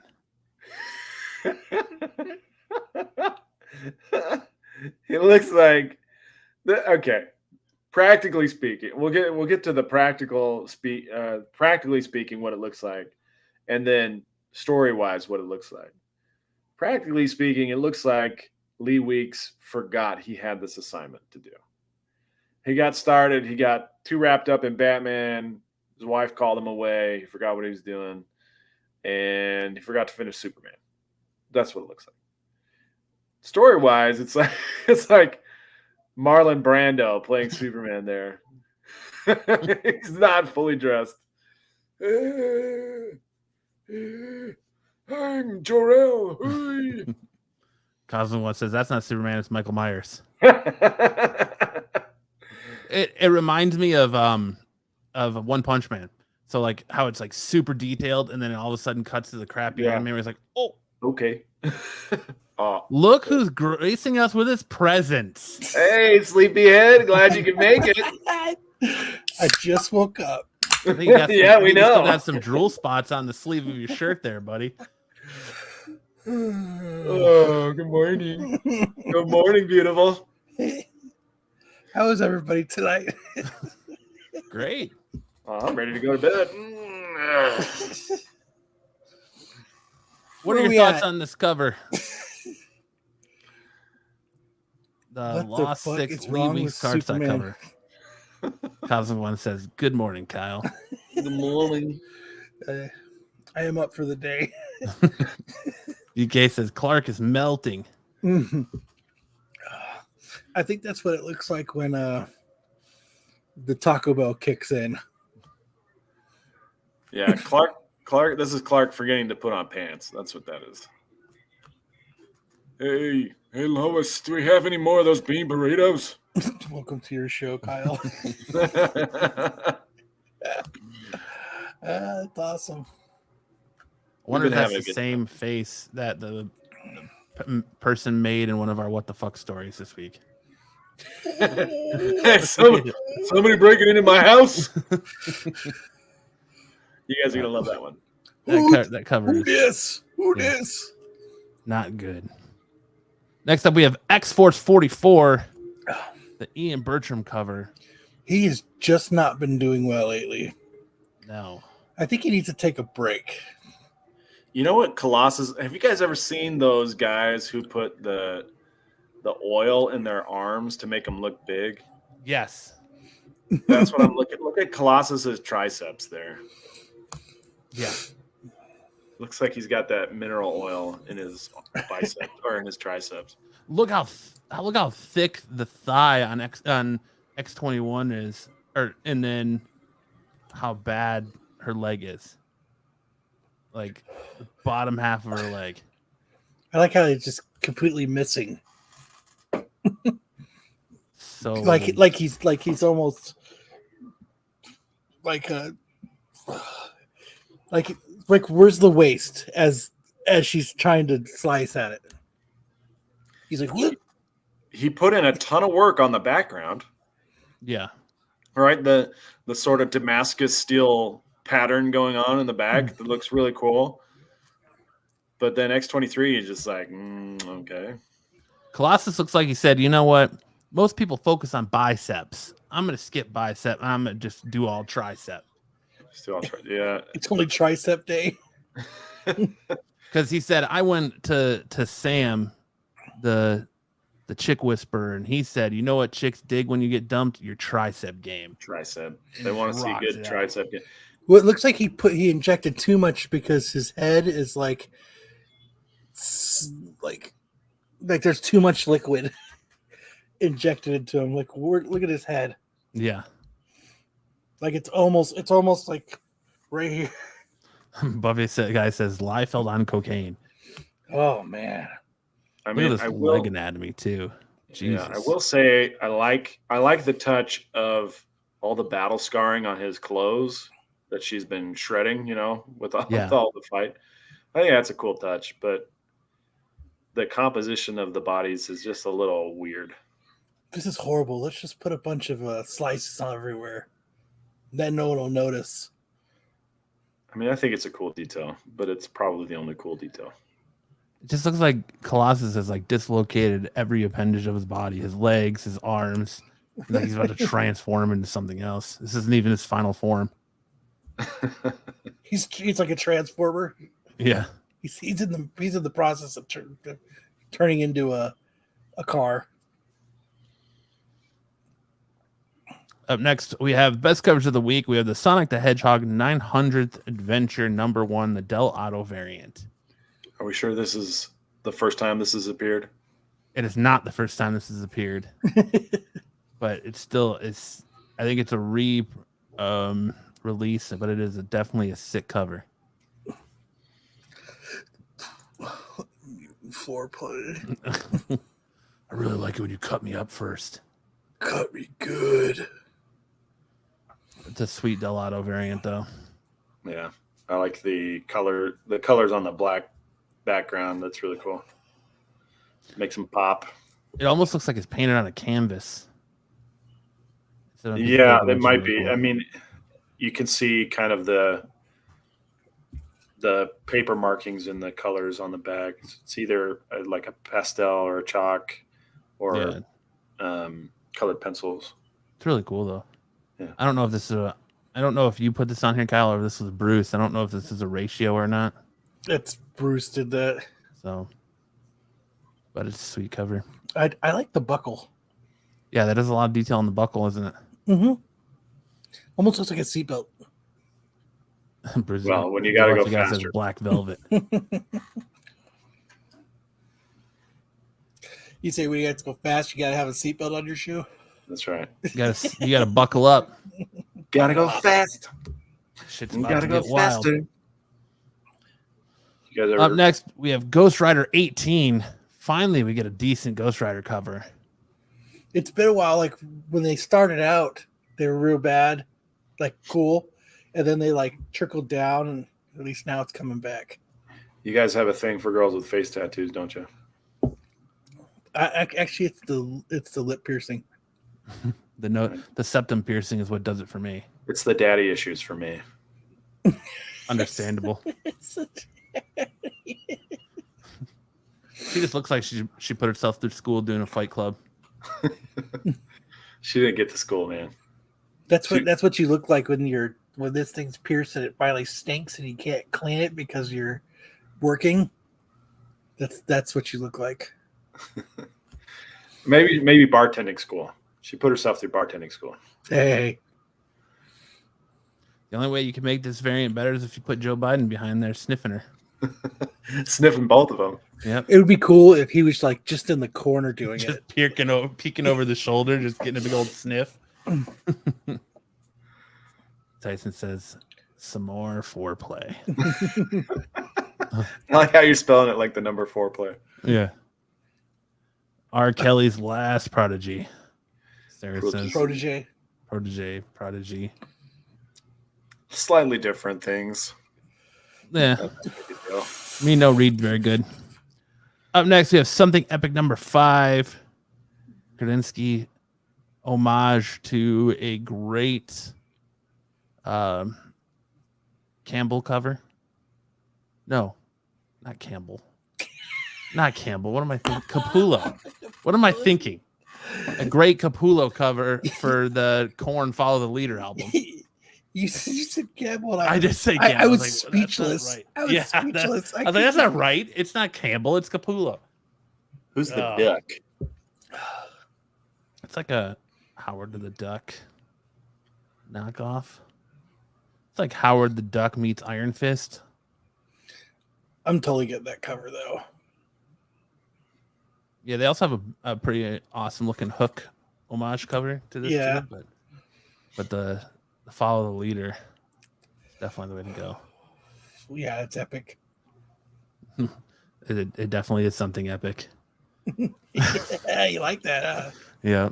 I softballed that in for you. You sure did. You roll out of bed and you're always already hitting us with top-notch comedy. See, that's how you know Kyle's a legend, because he just rolls out of bed on his A game. Up next, we have Negaduck number 1, the Middletown Virgin variant. Now we're talking. The Middletown. Middleton. I like Middletown better. I just like to add things to it, you know. Hey, you calls him as he sees him. Tyson says that last one needs a Piss on Me cover from R. Kelly. But That's the only cool. thing, my only complaint about this book is like, look at this hand. Like broken wrist. Let's do this one. Well, I mean, even his right hand, his fingers look broken, Yeah. or he's got arthritis. But I mean, it's cover. It's not too bad. Then we have the Batman and Robin 1 Stanley Art Germ Lou cardstock cover. You know, tomato, tobacco, same thing. Yeah.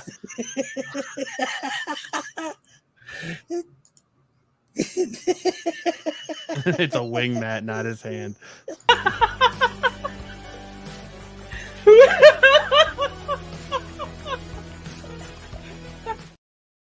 John the Conqueror says he's got the gout. You got the gap. It happens. He's got the gout. Very This is a sick cover, seductive though. Art Germ Yes. cover.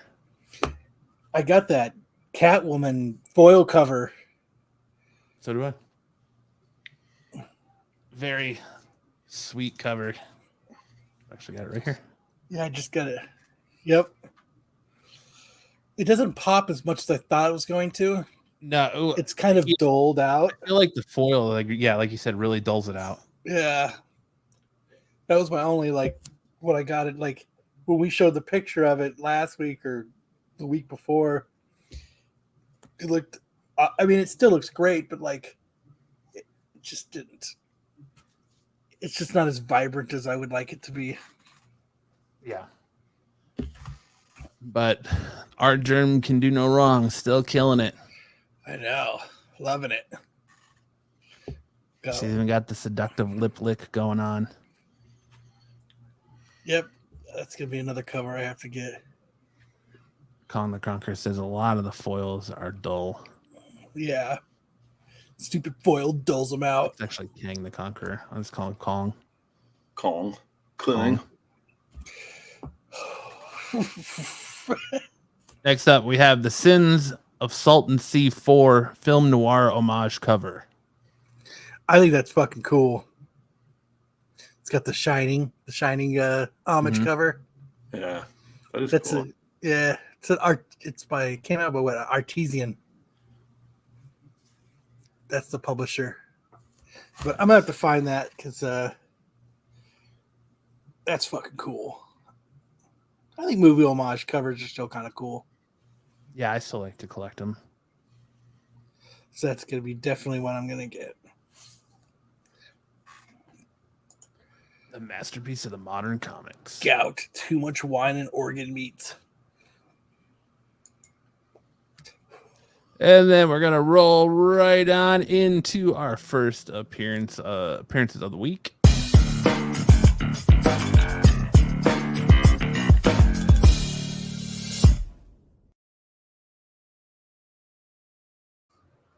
Lord BK says Ardrum wins again. My wife just sent me. It says when you're says when you overslept and your meme friends are waiting for you.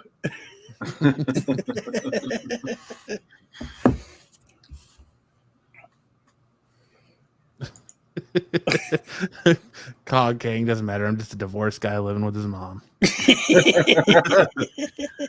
man. It happens. It happens. Kyle 12. had gout at 13 years old. It was 12. Yeah, you overslept. You missed the appearance from Marco and Pete and Brucifer and Styx and Horn, all from Baltimore, sitting around a table. You missed the dodgeball drama. You missed the dating Yeah. advice. There's all kinds of stuff, Kyle. Damn it! Let's just start the show over again. You missed There. Marco sitting at a table with only one button on his shirt.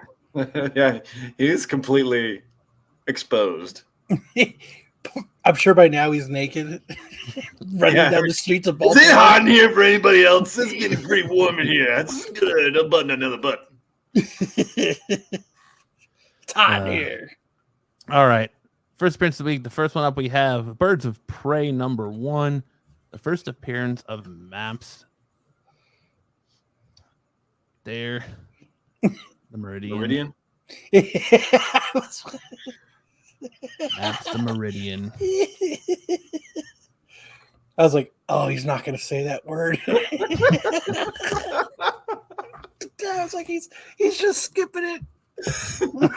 Yep. Who's Maps? Who is Maps? I'm just going to stop It's at a new Maps. character. Okay. Maps as Meridian? Like, is Meridian new? Yeah, I was just... Damn it. Like I said in our group chat. Geography-based villain or hero? It's looking like they're probably going to be a hero. A geography-based hero. It's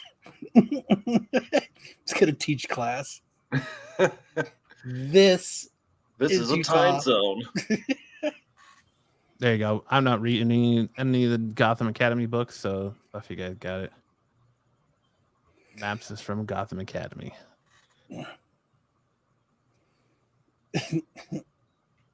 Next up, we have Blue Beetle #1, the first appearance of the Blood Scarab. Blue Beetle Boy. I thought you were Straight gonna out of the skip that Power word. Rangers. Now we're talking. I love the Power Saying, Rangers. Ted Cord, who do you think you are? Pass. You just get run through. Pass. Then we have Peacemaker, Try Such a Hard, terrible cover. the first appearance and death of Teen Deathstroke and Warmaker versions of Deathstroke. There's Teen Deathstroke right there. Looking sweet with his Jordans and his knee-high pants. His high waters. It's very easy. Lots of head trauma. I will. Next year when I go to Baltimore, I'll make sure to bring Marco an extra large shirt. Hey, let's get some more appetizers over here. You guys got any more of them cheese fries? I'm from Michigan. We like cheese curds. Give me some more of them curds.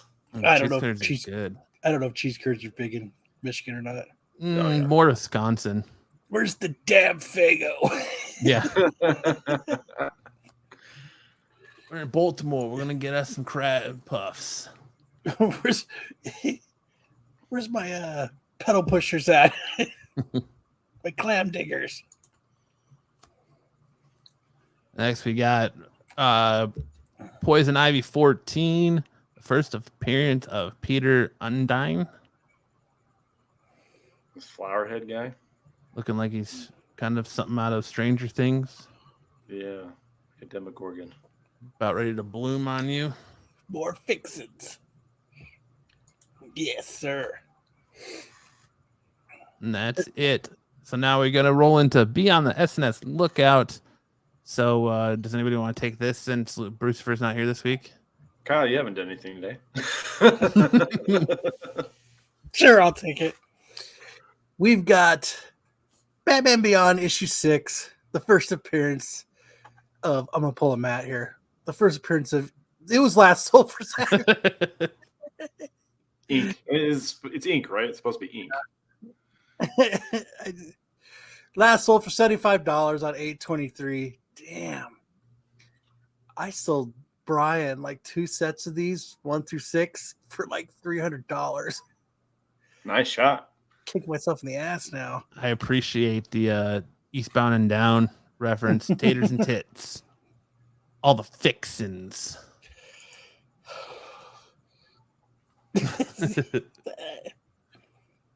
He's There's a chest hair on my steak, Mark. I don't know how it got there, but it certainly isn't mine. I need to talk to the chef.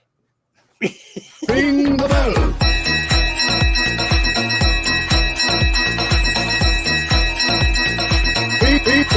Ring the bell. that's how Marco gets out of paying the bill. What is this? Is this a hair? Is this a hair on my food? Don't worry, everybody. I've got the bill. It's like the plot to Strange Brew. Hey, there's a mouse in my beer, eh? Kang the Conqueror says, I'm pretty much the real life version of Kenny Powers. Awesome. I hope that's including you're come equipped with that sweet redneck waterfall. Now we need a video of Kane the Conqueror on a jet ski. Yeah. Next we have the Thor God of Thunder issue 6. It said Rubik variant newsstand. Last sold for $215 on 9/21. See, Joe's doing something. He even says, so you own a jet ski. I went to rehab for my nose. He said, I did have a mullet a year ago. Nice. You're living large. Next, we have Deadpool issue number 11, the Hastings exclusive 8-bit variant. Last sold for $150 on 6/23. I remember this was going for a lot for a while, so now it's not doing too bad. Still $150. That's some expensive paper. Both ring the bell so far have been Marco insults. That says something, but I'm not sure what. Says that we appreciate comedy in all its forms. Kang says, I did own a jet ski, but lost it in the divorce, along with my Trailer house.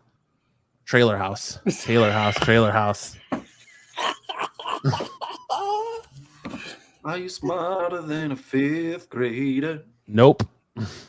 The Adventures of Sly Cooper, issue number 1, distributed with the Game Pro magazine. Last sold for $300 on 8/23. Wow. God, it looks like Wow. a dollar bin book. Yes, it does. I would, if I was all you guys, I'd just hurry up and buy it and flip it. I good at English. I know read very good. I are no read good. I'm educated. Yep. Next, we have Spawn issue 222. The Kurdensky 1 in 50. Last sold for $1,300 on 323. $1,300. Was that graded, I wonder? Or raw? Bruce, you need more info on these. I need to know if that had to have been a graded one. Joe says the person that owns this has a house that smells like cat piss. Yes, I agree. Oh, okay. I'm sorry. Oh man, it's getting real personal. Yeah. Some other guys riding. Sounds like someone's trying to speak to the love guru here and get a little words of wisdom. Is the jet ski a innuendo for something else? Yeah, probably. Oh, Sitting on my old porch in the trailer park now, such as I. Oh, wow, that's rough. Set that shit on fire. All right. I'm pretty much the living embodiment of the whole Homer Simpson meme. I am so smart. SMRT.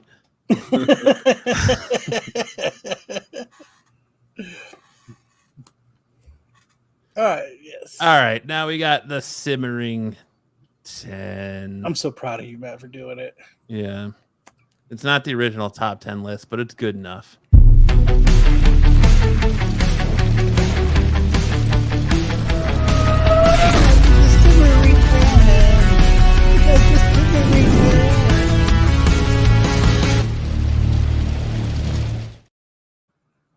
Kyle, do you sing that every time, or is that part of the recording? No, Kyle sings it every time. I sing it every time. He said, no, the actual jet ski. That's why it hurts. Yeah, who cares about the X? The Buffy guy, fucking just savage, says, sorry, dude, but some guy is also riding your ex-wife. Who cares? Savage. Hey. That's that dude's problem now. He's got to deal with that shit. All right. First off, at number 10, we have Prelude to Deadpool Corpse, issue 2. Kid Deadpool rumored to be in Deadpool 3. I feel like these Deadpool rumors are just blowing books up for no reason. There was a 533% increase in copies sold this week versus previous weeks. The last recorded sale on this book was on September 8th. It sold, which yesterday was for $15, raw, no grade. There's been 72 total recorded sales. Highest known value on this was on September 8th, also for $30. So get your kid Deadpool, I guess. This Deadpool 3 movie is just sending all sorts of books bonkers with all these rumors. At number 9, we have Wolverine #1, Wolverine's first ongoing solo series. Last recorded sales for $88 on Raw on September 9th. So that was today. That's a 22.74% increase. Total of 5,570 total recorded sales. Highest known value on this book is a CGC 9.9 from July 11th, 2021 for $4,560. Fuck. It's a They lot must of have money paid for to this get book. a 9.9 because most of those books are fucked. It's hard to find a nice copy of that Wolverine #1. Yeah. Except for that guy who owns a jet ski and a 9.9.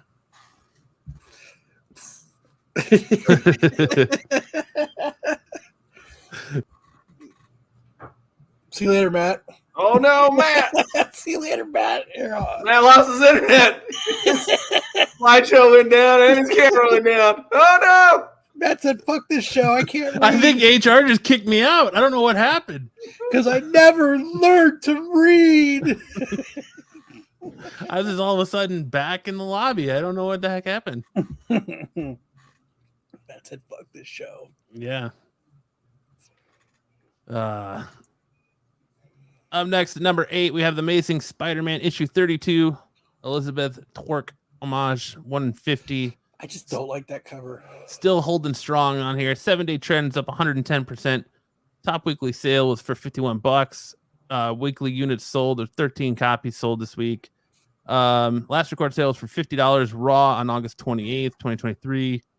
It's still up 43%. 56 total recorded sales. Highest known value was from June 20th, 2023 for $70. I thought that button said lunch. Oh, that's fucked up.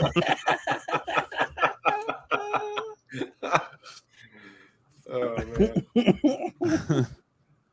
man. Number 7, we have Kang. Number 6, the first full appearance of Ezra Bridger, Sabine Wren, and Hera. 7-day trend up 113%. Top weekly sales was for 340. Weekly units sold was 15. Last recorded sale was a CGC 9.4 at $110 on September 6th. Okay, nice, Tyson. That's up 31%. Nice. 1,076 total recorded sales. Highest known value in this book was a CGC 9.8 on April 27th, 2023 for $950. And of course, the Ahsoka series is driving the sales on these books crazy. What?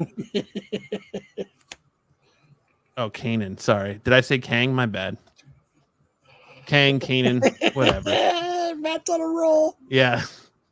Let's Whatever. not get too picky, folks. Matt showed up. We're happy about that. He was on time. Yeah. Or we can say for Kyle. He actually woke up on time. He's probably already awake. Number 6, we have the Uncanny X-Men 130. First appearance of the Dazzler. A 7-day trend is up 81%. Top weekly sales 375. Weekly Matt, you units gotta sold say was it. 20. Gotta give the people what they want, man. Sandala. Yeah, your guess is as good as mine. we need to read for Matt. There you go. Go ahead. Last recorded sale was $179. Raw September 9th, 2023 was when it sold, up 43.5%. Current trends are 1,654 total recorded sales. Highest known value is a CGC 9.8 on April 18th, 2021 for $2,025. You say tomato, I say wait, what? Listen, I went to the Marcos School of Reading very good, so I graduated top of my class. It's that Michigan education. I guess it must be. It must be. At number 5, we have Kanan, the last Padawan, number 1. 7-day trend is up 106%. Deep pool. Yeah. Top weekly sales $132. Weekly units sold 17. Last recorded sale was for a Raw for $62 on September 8th, up Hold on. 4.22%. Joe's gonna get a double there.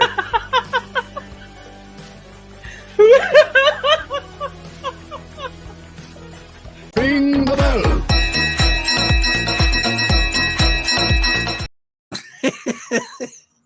He gets the double. He gets the twofer.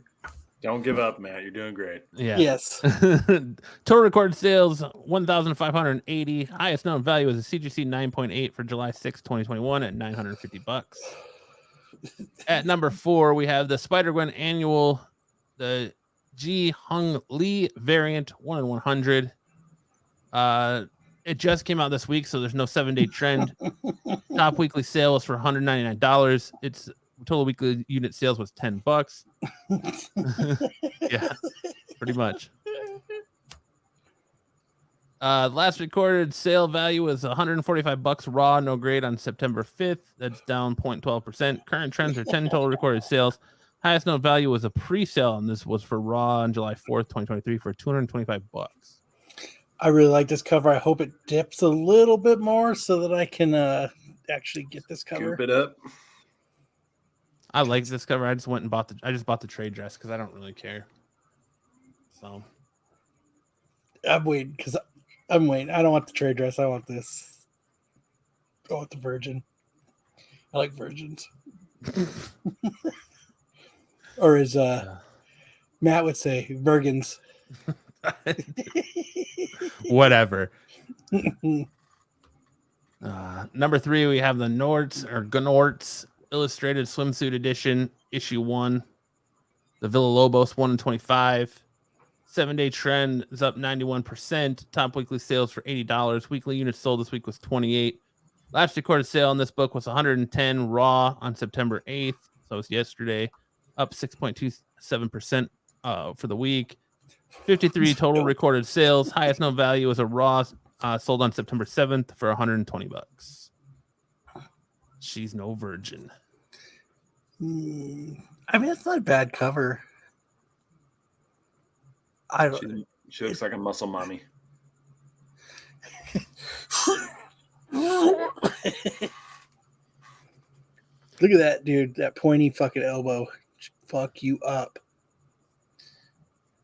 Yeah. When she gets into the mixed martial arts. Dive it into your eye. Gouge your eye with it. Oh, baby. I like it raw. Up next, at number 2, we have Star Wars Heir to the Empire. First appearance of Admiral Thrawn. 7-day trend is up 120%. Top weekly sales are $900. Weekly units sold 23. Last recorded sale was for $173 raw. Every time you skip a name, they're like, tick. I asked my local. It was all gobbledygook. Hey, man. I'm telling you. They're going to start keeping a tally, Matt, every time. Current trend, yeah. 1,806 total recorded sales. Highest known value was a CGC 98 on October 6, 2022 for $2,552. People banking hard on this one for episode 5 of Ahsoka. You know what Luke's face reminds me of? He's like, what am I doing here? Dude, where's my car? Dude, like, what's Dude, the sword for? Where's my speeder? Dude, where's my X-Wing? Am I the heir to the Empire? Nice. Thank you. He looks like someone. I'll be here half the night. Hey, the headliner can't show up on time. You gotta let the warm-ups get the crowd ready. And number 1, we have Dazzler. This jumped up a bit. Number 1, the premiere issue of Dazzler's first self-titled series.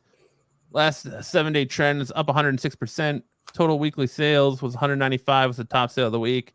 Weekly unit sold was 31. Last recorded sale was $25. No grade on September 8th, up 21.10% from the current trends. 1,514 total recorded sales. Highest known value is a 9.8 CGC from May 9th, 2023 for $300. Matt is adding and dropping letters at the same damn time. He's talented, folks. I do That what gets I it all can. done. And that's it for the Simmering 10 this week. Roll right into Comic Book Rock Wars. This week's submission is Kraven's Last Hunt. Spider-Man reflects on his own mortality after the death of Ned Leeds and common criminal acquaintances Joe Face. Meanwhile, having grown old and dejected at the world, Kraven resolves to die soon, but not before he has defeated his nemesis Spider-Man. Kraven hunts down Spider-Man, defeats him, seemingly shooting him to death, and buries him. Kraven dons the Spider-Man costume to prove himself superior at his adversary's former activities. Kraven moves to New York, where he saves Spider-Man's wife, Mary Jane Watson, and brutally retaliates against her attackers. Already fearing that Spider-Man is dead, Mary Jane recognizes that it is not her husband under the costume. The city takes notice as Kraven brutalizes and kills criminals. Kraven culminates his crusade with the successful unarmed capture of the cannibal Vermin, who Spider-Man previously needed the help of Captain America to defeat. Very hard times. Hard times. So, Rock Wars on this for me. I'm gonna do "For Whom the Bell Tolls" by Metallica.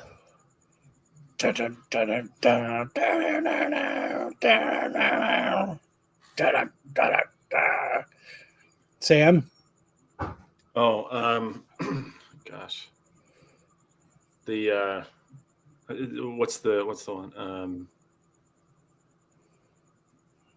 The Rob Zombie one. Dragula, right? Dragula. Yeah, that's one. Rob Zombie.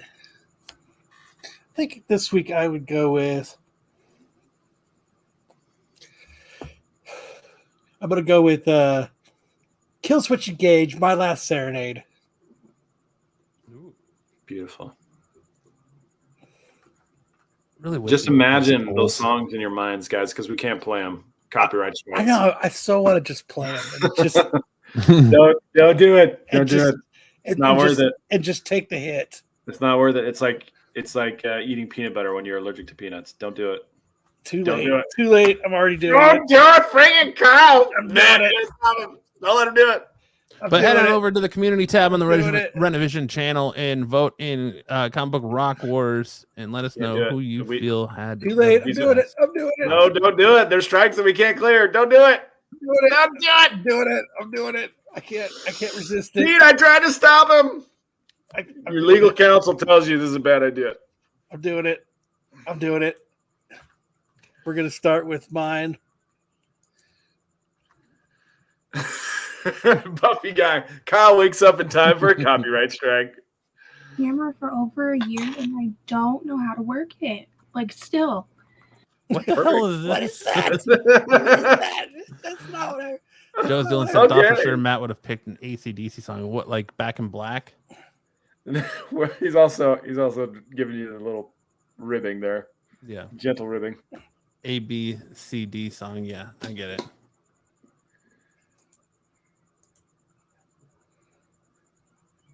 This is how we need to listen to the song. Perfect. Yeah, Perfect. he's not even sharing That's the audio. The audio? No, you might No, as well no, just put it sounds great. subtitles on too. It's perfect. It's perfect. It's perfect. It's perfect. Why isn't it doing it? No, it's perfect. This is exactly what we need. Yeah, great tune. Stellar song. Okay. God, don't push it, man. Don't freaking push it. Yours was Dragular. Rob Zombie.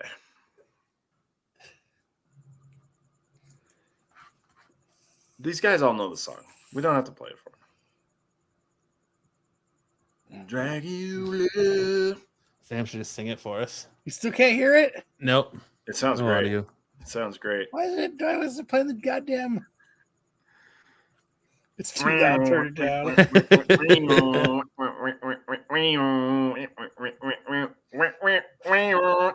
Let me try this. Kyle's gonna make Marco destroy his one good shirt in a fit of rage. Marco's wife's pitch. She's like, I have to sew the button. Now can you hear it? Shirt. Nope. Yeah, it Oh, it sounds great. sounds great. It's perfect. You're lying. You can't hear it. And then what was yours, Matt? For whom the Yours bell was tolls, from Moon Metallica. Bell Tolls. Yeah. Through the ditches and birds, which is stand Conquer love. Worm. Who are currently playing a show right here in Glendale right now. I know. Man, great tune. I'm so glad we did this way. I can't believe you guys can't hear it. That sucks. Oh, I can. I hear it in my heart. I hear it right Cliff here. Burton's the best. Tyson says, "This is my last resort." I don't know. This is my last resort. Is there suffocation? No breathing? No breathing. Well, that's lame that you guys can't hear it. No, it's not lame. It means that we can still be monetized. Do you want me to play it on guitar for you guys? Sure, let's see it. Yeah. If you're performing, then it's not a copyright problem. Let's hear it. Everyone wants to see a rock concert. All right, now we're turning it over to Kyle for Ladies of the 90s, a tribute to the Ladies of hotness the we grew up 90s. to. So, all right. So last week I had Kelly Kapowski versus Topanga.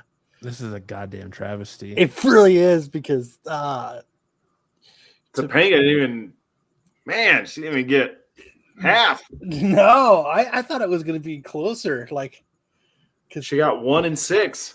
yeah. Look at Sam mathing so quick. Damn. But yes, Kelly Kapowski is still killing it. She's got a really, she does a lot of content on Instagram. I started following her because you put her up here. I've been following her for a long time since she started Instagram. Got a lot of really wholesome content on Instagram. But, I know it really ruined it for me that she's so family orientated. It pissed me off, actually. I find it attractive. You know, I'm a family man, so it's like, yeah, all right. So this week I'm doing Kelly Kapowski versus Kelly Wholesome Bundy. versus Brawless. You didn't know? My neighbor's at my back gate. Must be trying to get into his or something. My camera went off. So this is because I know everybody watching Married with Children thought Kelly Bundy was the shit. So Yeah. I'm hoping that Kelly Bundy can do a little bit better than Topanga did. Yeah, she will. Yes, 100% AOA. Yeah. She's going through some tough times, but Not anymore. that won't stop us from objectifying her. No. That's why we're going with old school.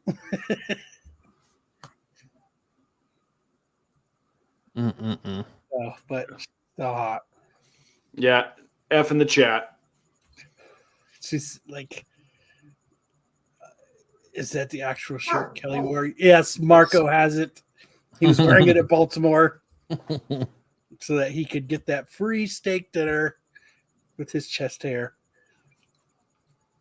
So hopefully go over to the Rennavision page and vote for someone needs to take Kelly Kapowski down. And I get it. That's everybody's first crush from Saved by the Bell. I was watching Saved by the Bell the other night, and it aroused old feelings in you. It really did. It just reminded me how much I did love Kelly Kapowski. But watching Married with Children reminds me how much when I was a little bit older.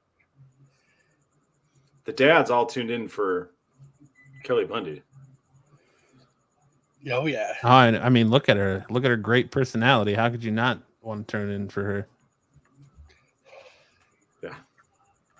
Kang says should have been Topanga. I agree. Yeah. Well, 5 out of 6 of the voters disagreed. Tiffany has more of a shirt on than Marco. Good old Marco. Jenny McCarthy could take her down. We'll see. Who misses the J.C. Penney catalog? Ooh, the bra section. So, yeah, make sure to go over and vote for Kelly Bundy. Someone needs to take. They don't need to. They don't need to. It's the battle of the Kellys. Someone go vote for Kelly Bundy to take down Kelly Kapowski. See, where was everybody at when there was time to vote? Right. Everybody who voted for her is in the chat right now. Yeah. Yeah.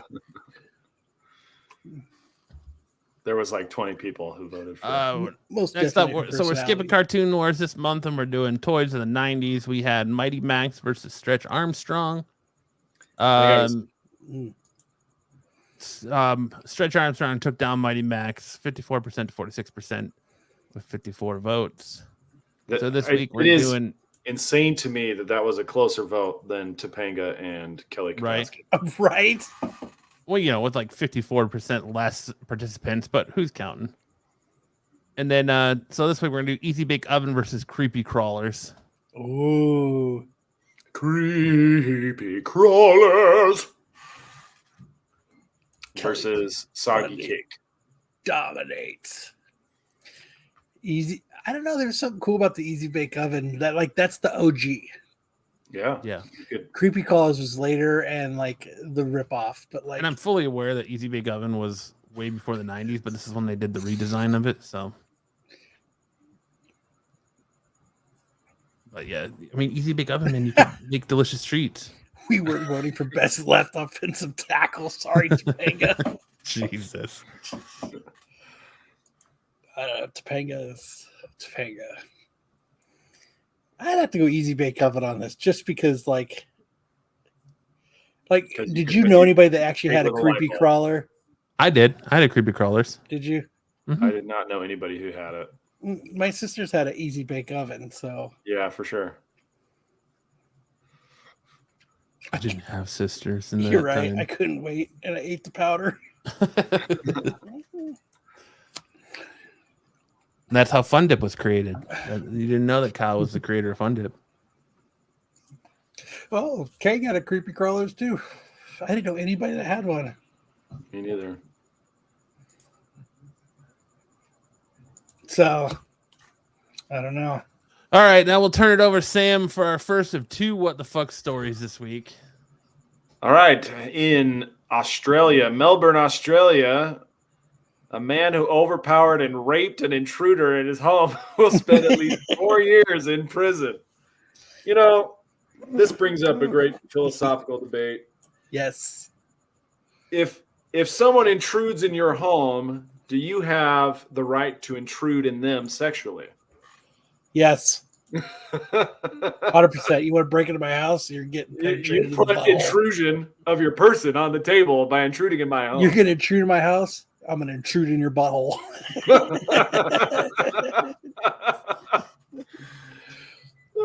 And I'll tell you, this reminded me of a story from Russia about 10 years ago With where love. a guy broke into a woman's salon to rob the place, not realizing that she was a martial arts grandmaster. Whoops. She kicked his ass, tied him up, and kept him in the back office for 3 days. And during that 3 days, she only fed him Viagra and then had sex with him. Hey now. They both ended up going to jail. So apparently the law doesn't look too kindly on exacting your own revenge. If you go into someone's house, you obviously don't value your own safety. Yeah. It's more permissible to shoot and kill them than it is to rape and penetrate them. You see them trying to get arrested. He's trying to finger my butthole.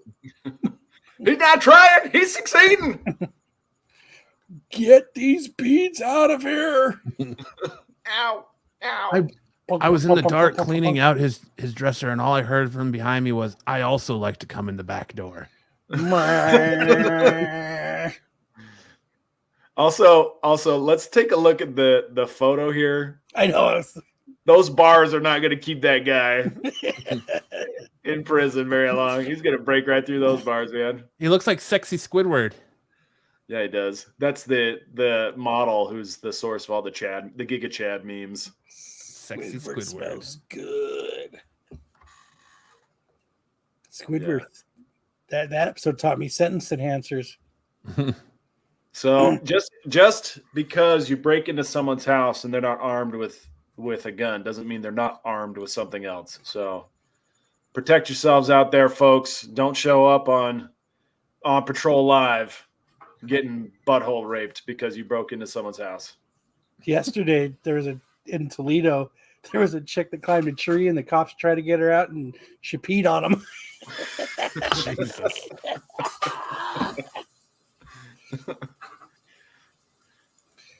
Australia has a different kind of punisher. the butt punisher. Oh man. Revenge of the butthole surfers. Yeah, I wonder if they both went to jail or just the intruder. I mean, really, who was the intruder at that point? Well, they both went to jail. So did the homeowner has to spend 4 years in prison. Oh, that's right, for rapes. Yeah. Yeah. But the intruder also goes to prison for 1 year. And it's funny, they're both intruders.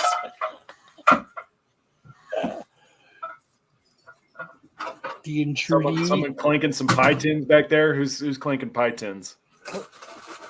Hey man, we're making dinner over here. Black hole sun.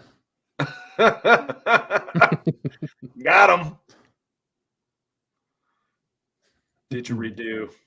Didgeridoo not. Oh. Yeah. And we know who isn't. We know who's You know who's tossing the salad. yeah, we know. And we know who's getting their salad tossed. Yep.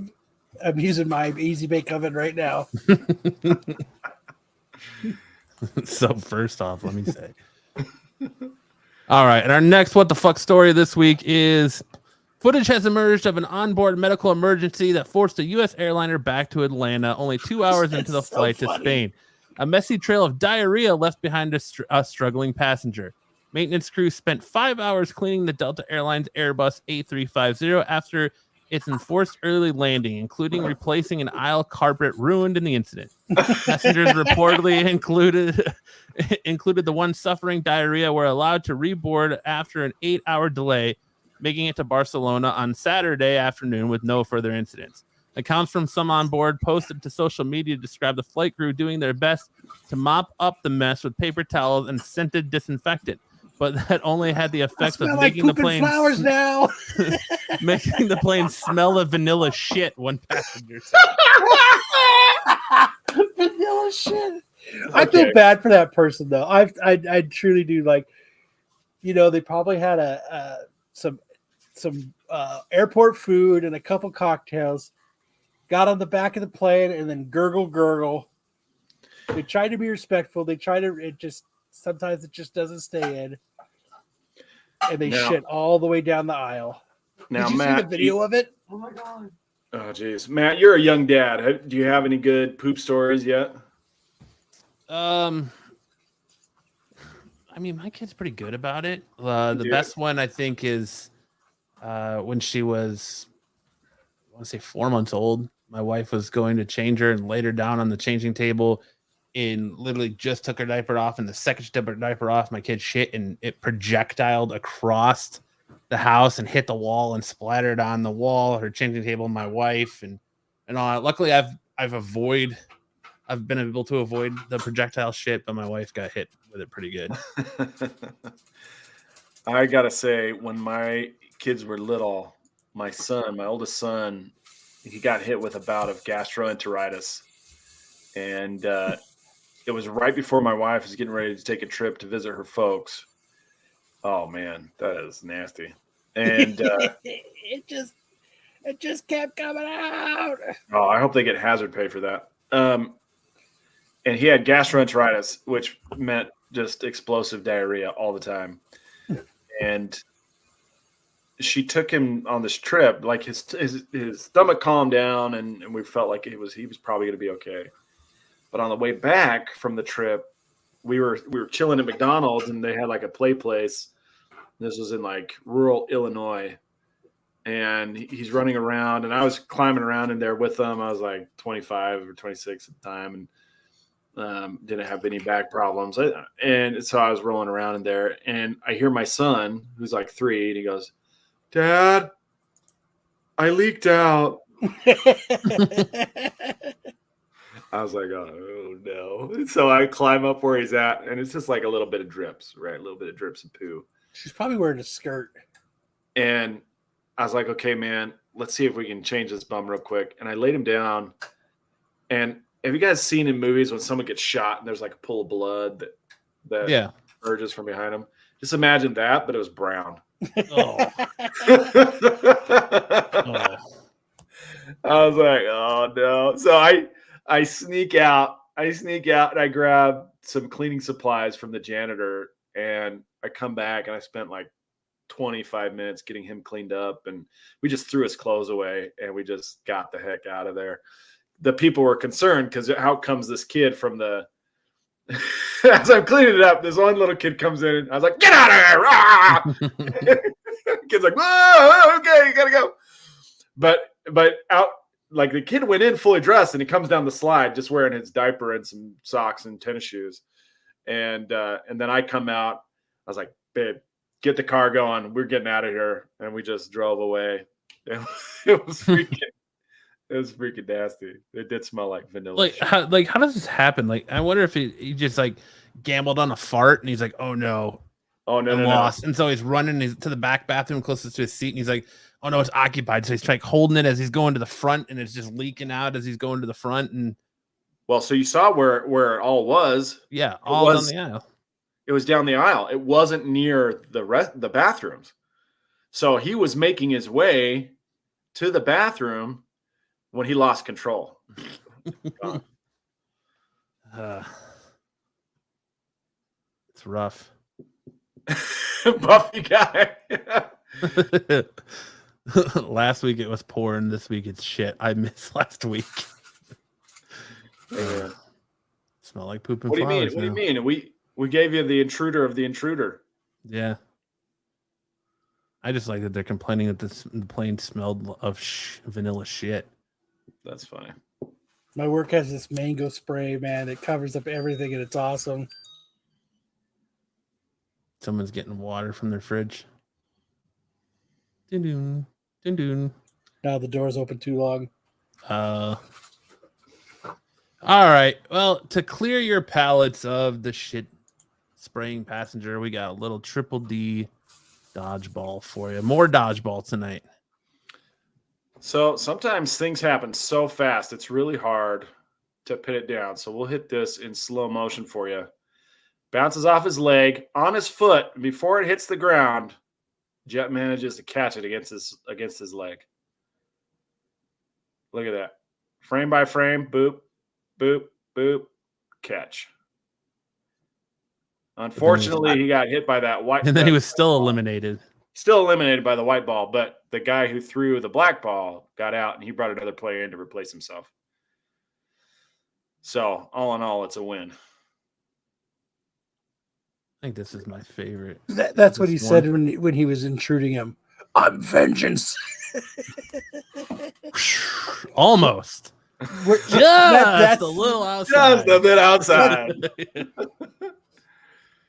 Yeah, he's got to rely on his catches more than his throws. Yeah. He's got really bad aim. What happened there? Okay. He ate some popcorn before you got on and went to go play. So one thing I'll tell you is that these foam balls don't throw like baseballs or tennis balls or any ball that you've ever thrown before. If you grip them weird, they will go totally haywire.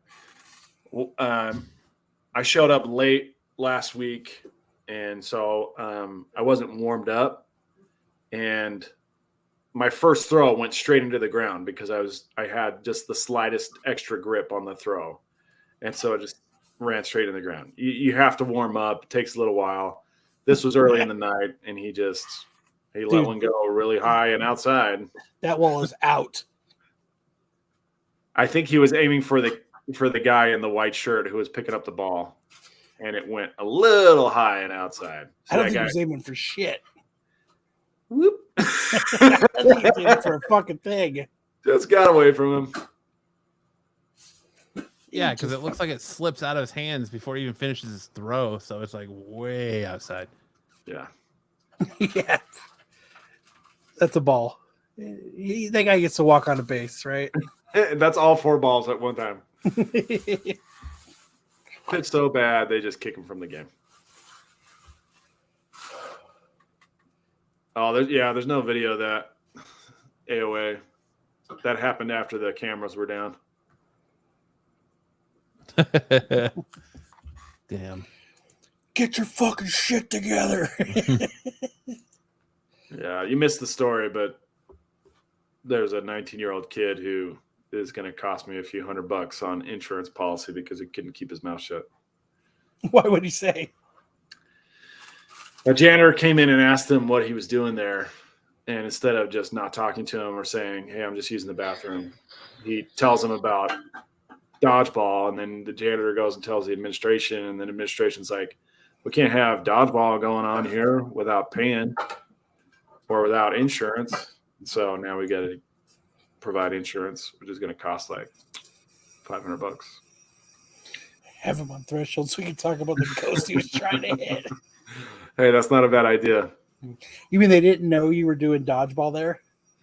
Some of them did, but it was quiet because so the school district where we play is going through administrative shakeups, and the old administration knew and didn't care, but now the new administration is in and they do care, and they want to do it by the book, and so we're stuck doing it by the book. The wall has to sit out now. That sucks. Good thing you're a rich lawyer. Well, I'm not rich, but I am a lawyer. I'm a lawyer. So that oh, I got it. I'm sorry. Well, he has to make me eat them first. Just bribe him with $200. Yeah, I don't think they'd go for it. So now you have to get triple D insurance. Yeah. It's got to be $1 million limits on the coverage. So you're rich. Yeah, I got 7 kids. Well, I don't care what my profession is. With 7 kids, I'm not going to be that rich. It's going to go. I'm kid rich. You know, I've got a lot of kids. So I'm kid rich. I'm kid rich, bitch. But yeah, 9 people sharing one income. That's a bit of a stretch. So Damn. Time for them to get fucking jobs. we're getting there. We're getting close. Just think, if they all mowed lawns, they would cover the whole neighborhood in like 2 hours. I can't even get my kid to mow my lawn correctly. He leaves stripes of unmowed grass. They're called landing strips. He's like, Dad, I'm trying to texture the lawn so it looks interesting.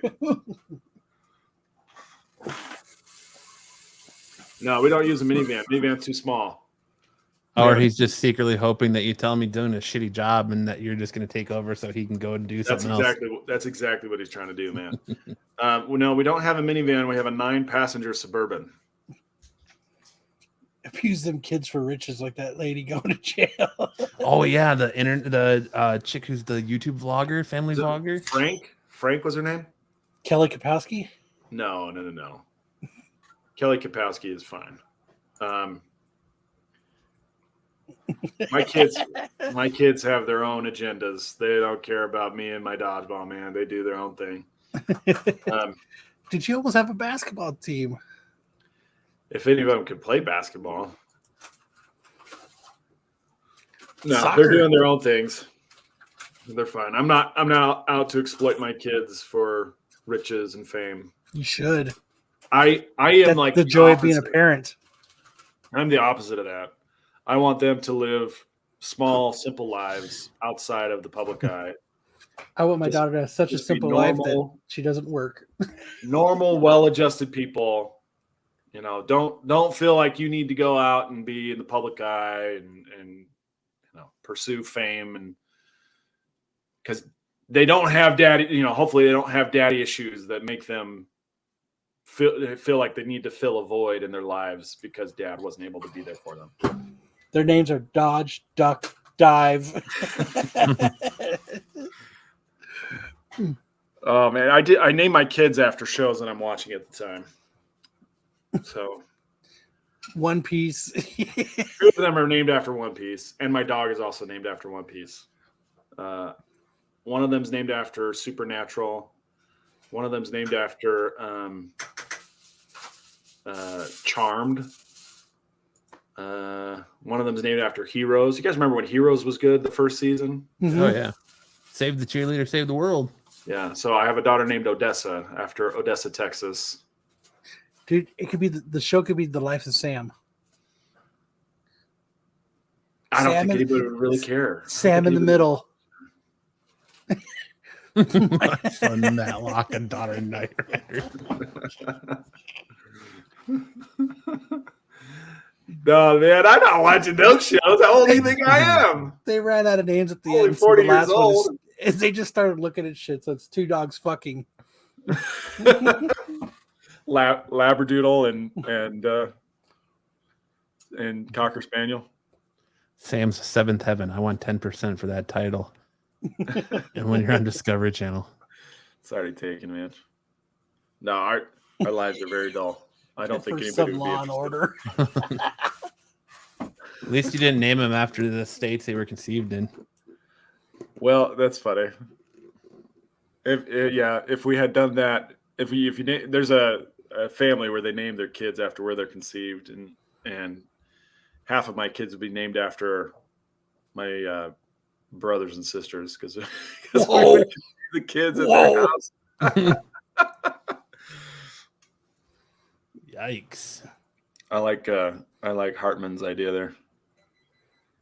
Sam shit, different day. Come to your house for a family event, conceive a child. What's your wife saying? She wants to. She's like, is this what constitutes content? Right now, This is your actual content. Have her We're come at the sit end- down and we're at talk the end of about the it with show. us. We're just about done. She's not going to come on. She's not going to come on and talk. Yes, Indiana. We didn't name the dog Indy. We named the dog Indiana.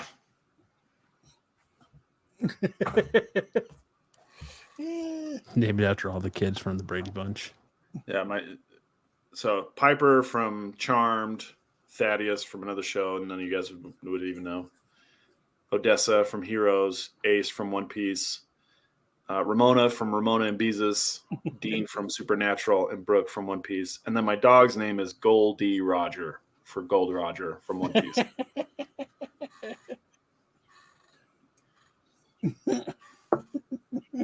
Actually, got your wife to let you name one of your kids Ace. His name's Samuel Ace. Uh, So his middle name is Ace. Junior. Goldie, come. Goldie, come here. See if my dog will be on camera at least. Your wife doesn't want to be on camera and talk about it? No, she does not. She's a private individual. Being viewed by anybody makes her anxious. Come here, Goldie. Come. Definitely the right crowd. All right. Anyway, All right, now that I'm here, let's start the show.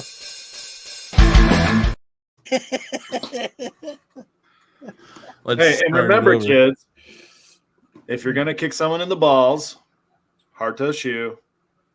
That's cool, baby. That's what we learned tonight, Kyle. That's all you Sweet. missed. Yep. She giving them all stripper names. The more you know. We got Bambi. All right. Well, if you guys had a good time tonight, make sure to hit that like button. I had half of a good time. Yeah, man. Thank you. If you're new to the channel, make sure to subscribe up. Make sure to check out all the great content throughout the week on the Rennavision channel. Whether it's the Star Wars show tomorrow night. I don't know if they're doing a show because they're in Baltimore. Yeah. But make sure to catch Brucifer over on Kingdom of Nerds on Monday night. Catch the Tax Show on Wednesday, where we'll see if Marco actually buttoned his shirt or not. Then you get off my lawn on Fridays, and then come right back here next Saturday for another heap and helping of craziness on Saturday Night Special. Make sure to sub up to Threshold to Reality and support Sam and Kyle on their other channels. It's just one other channel. Triple D Threshold of Dodgeball. Reality. It's a lot of fun. Triple D Dodgeball Dejabush doesn't have a fucking YouTube channel yet. We do have a channel. It's called D-League Productions, but it hasn't had new content in over a year. So I just focus on the Instagram. We post new stuff there almost every day. There you go. So on that note, we'll say have a great weekend. Enjoy your first Sunday of NFL football if you're an NFL fan. And we will turn it over. And Kyle, you got anything else? Huh? You got anything else you want to talk about since you weren't here for half Kyle's the show? about to go get some breakfast. Yeah. Nope, I'm good. All right, we'll turn it over to our friend the Gimp. Have a great Saturday night, everyone. Either you've got me confused with somebody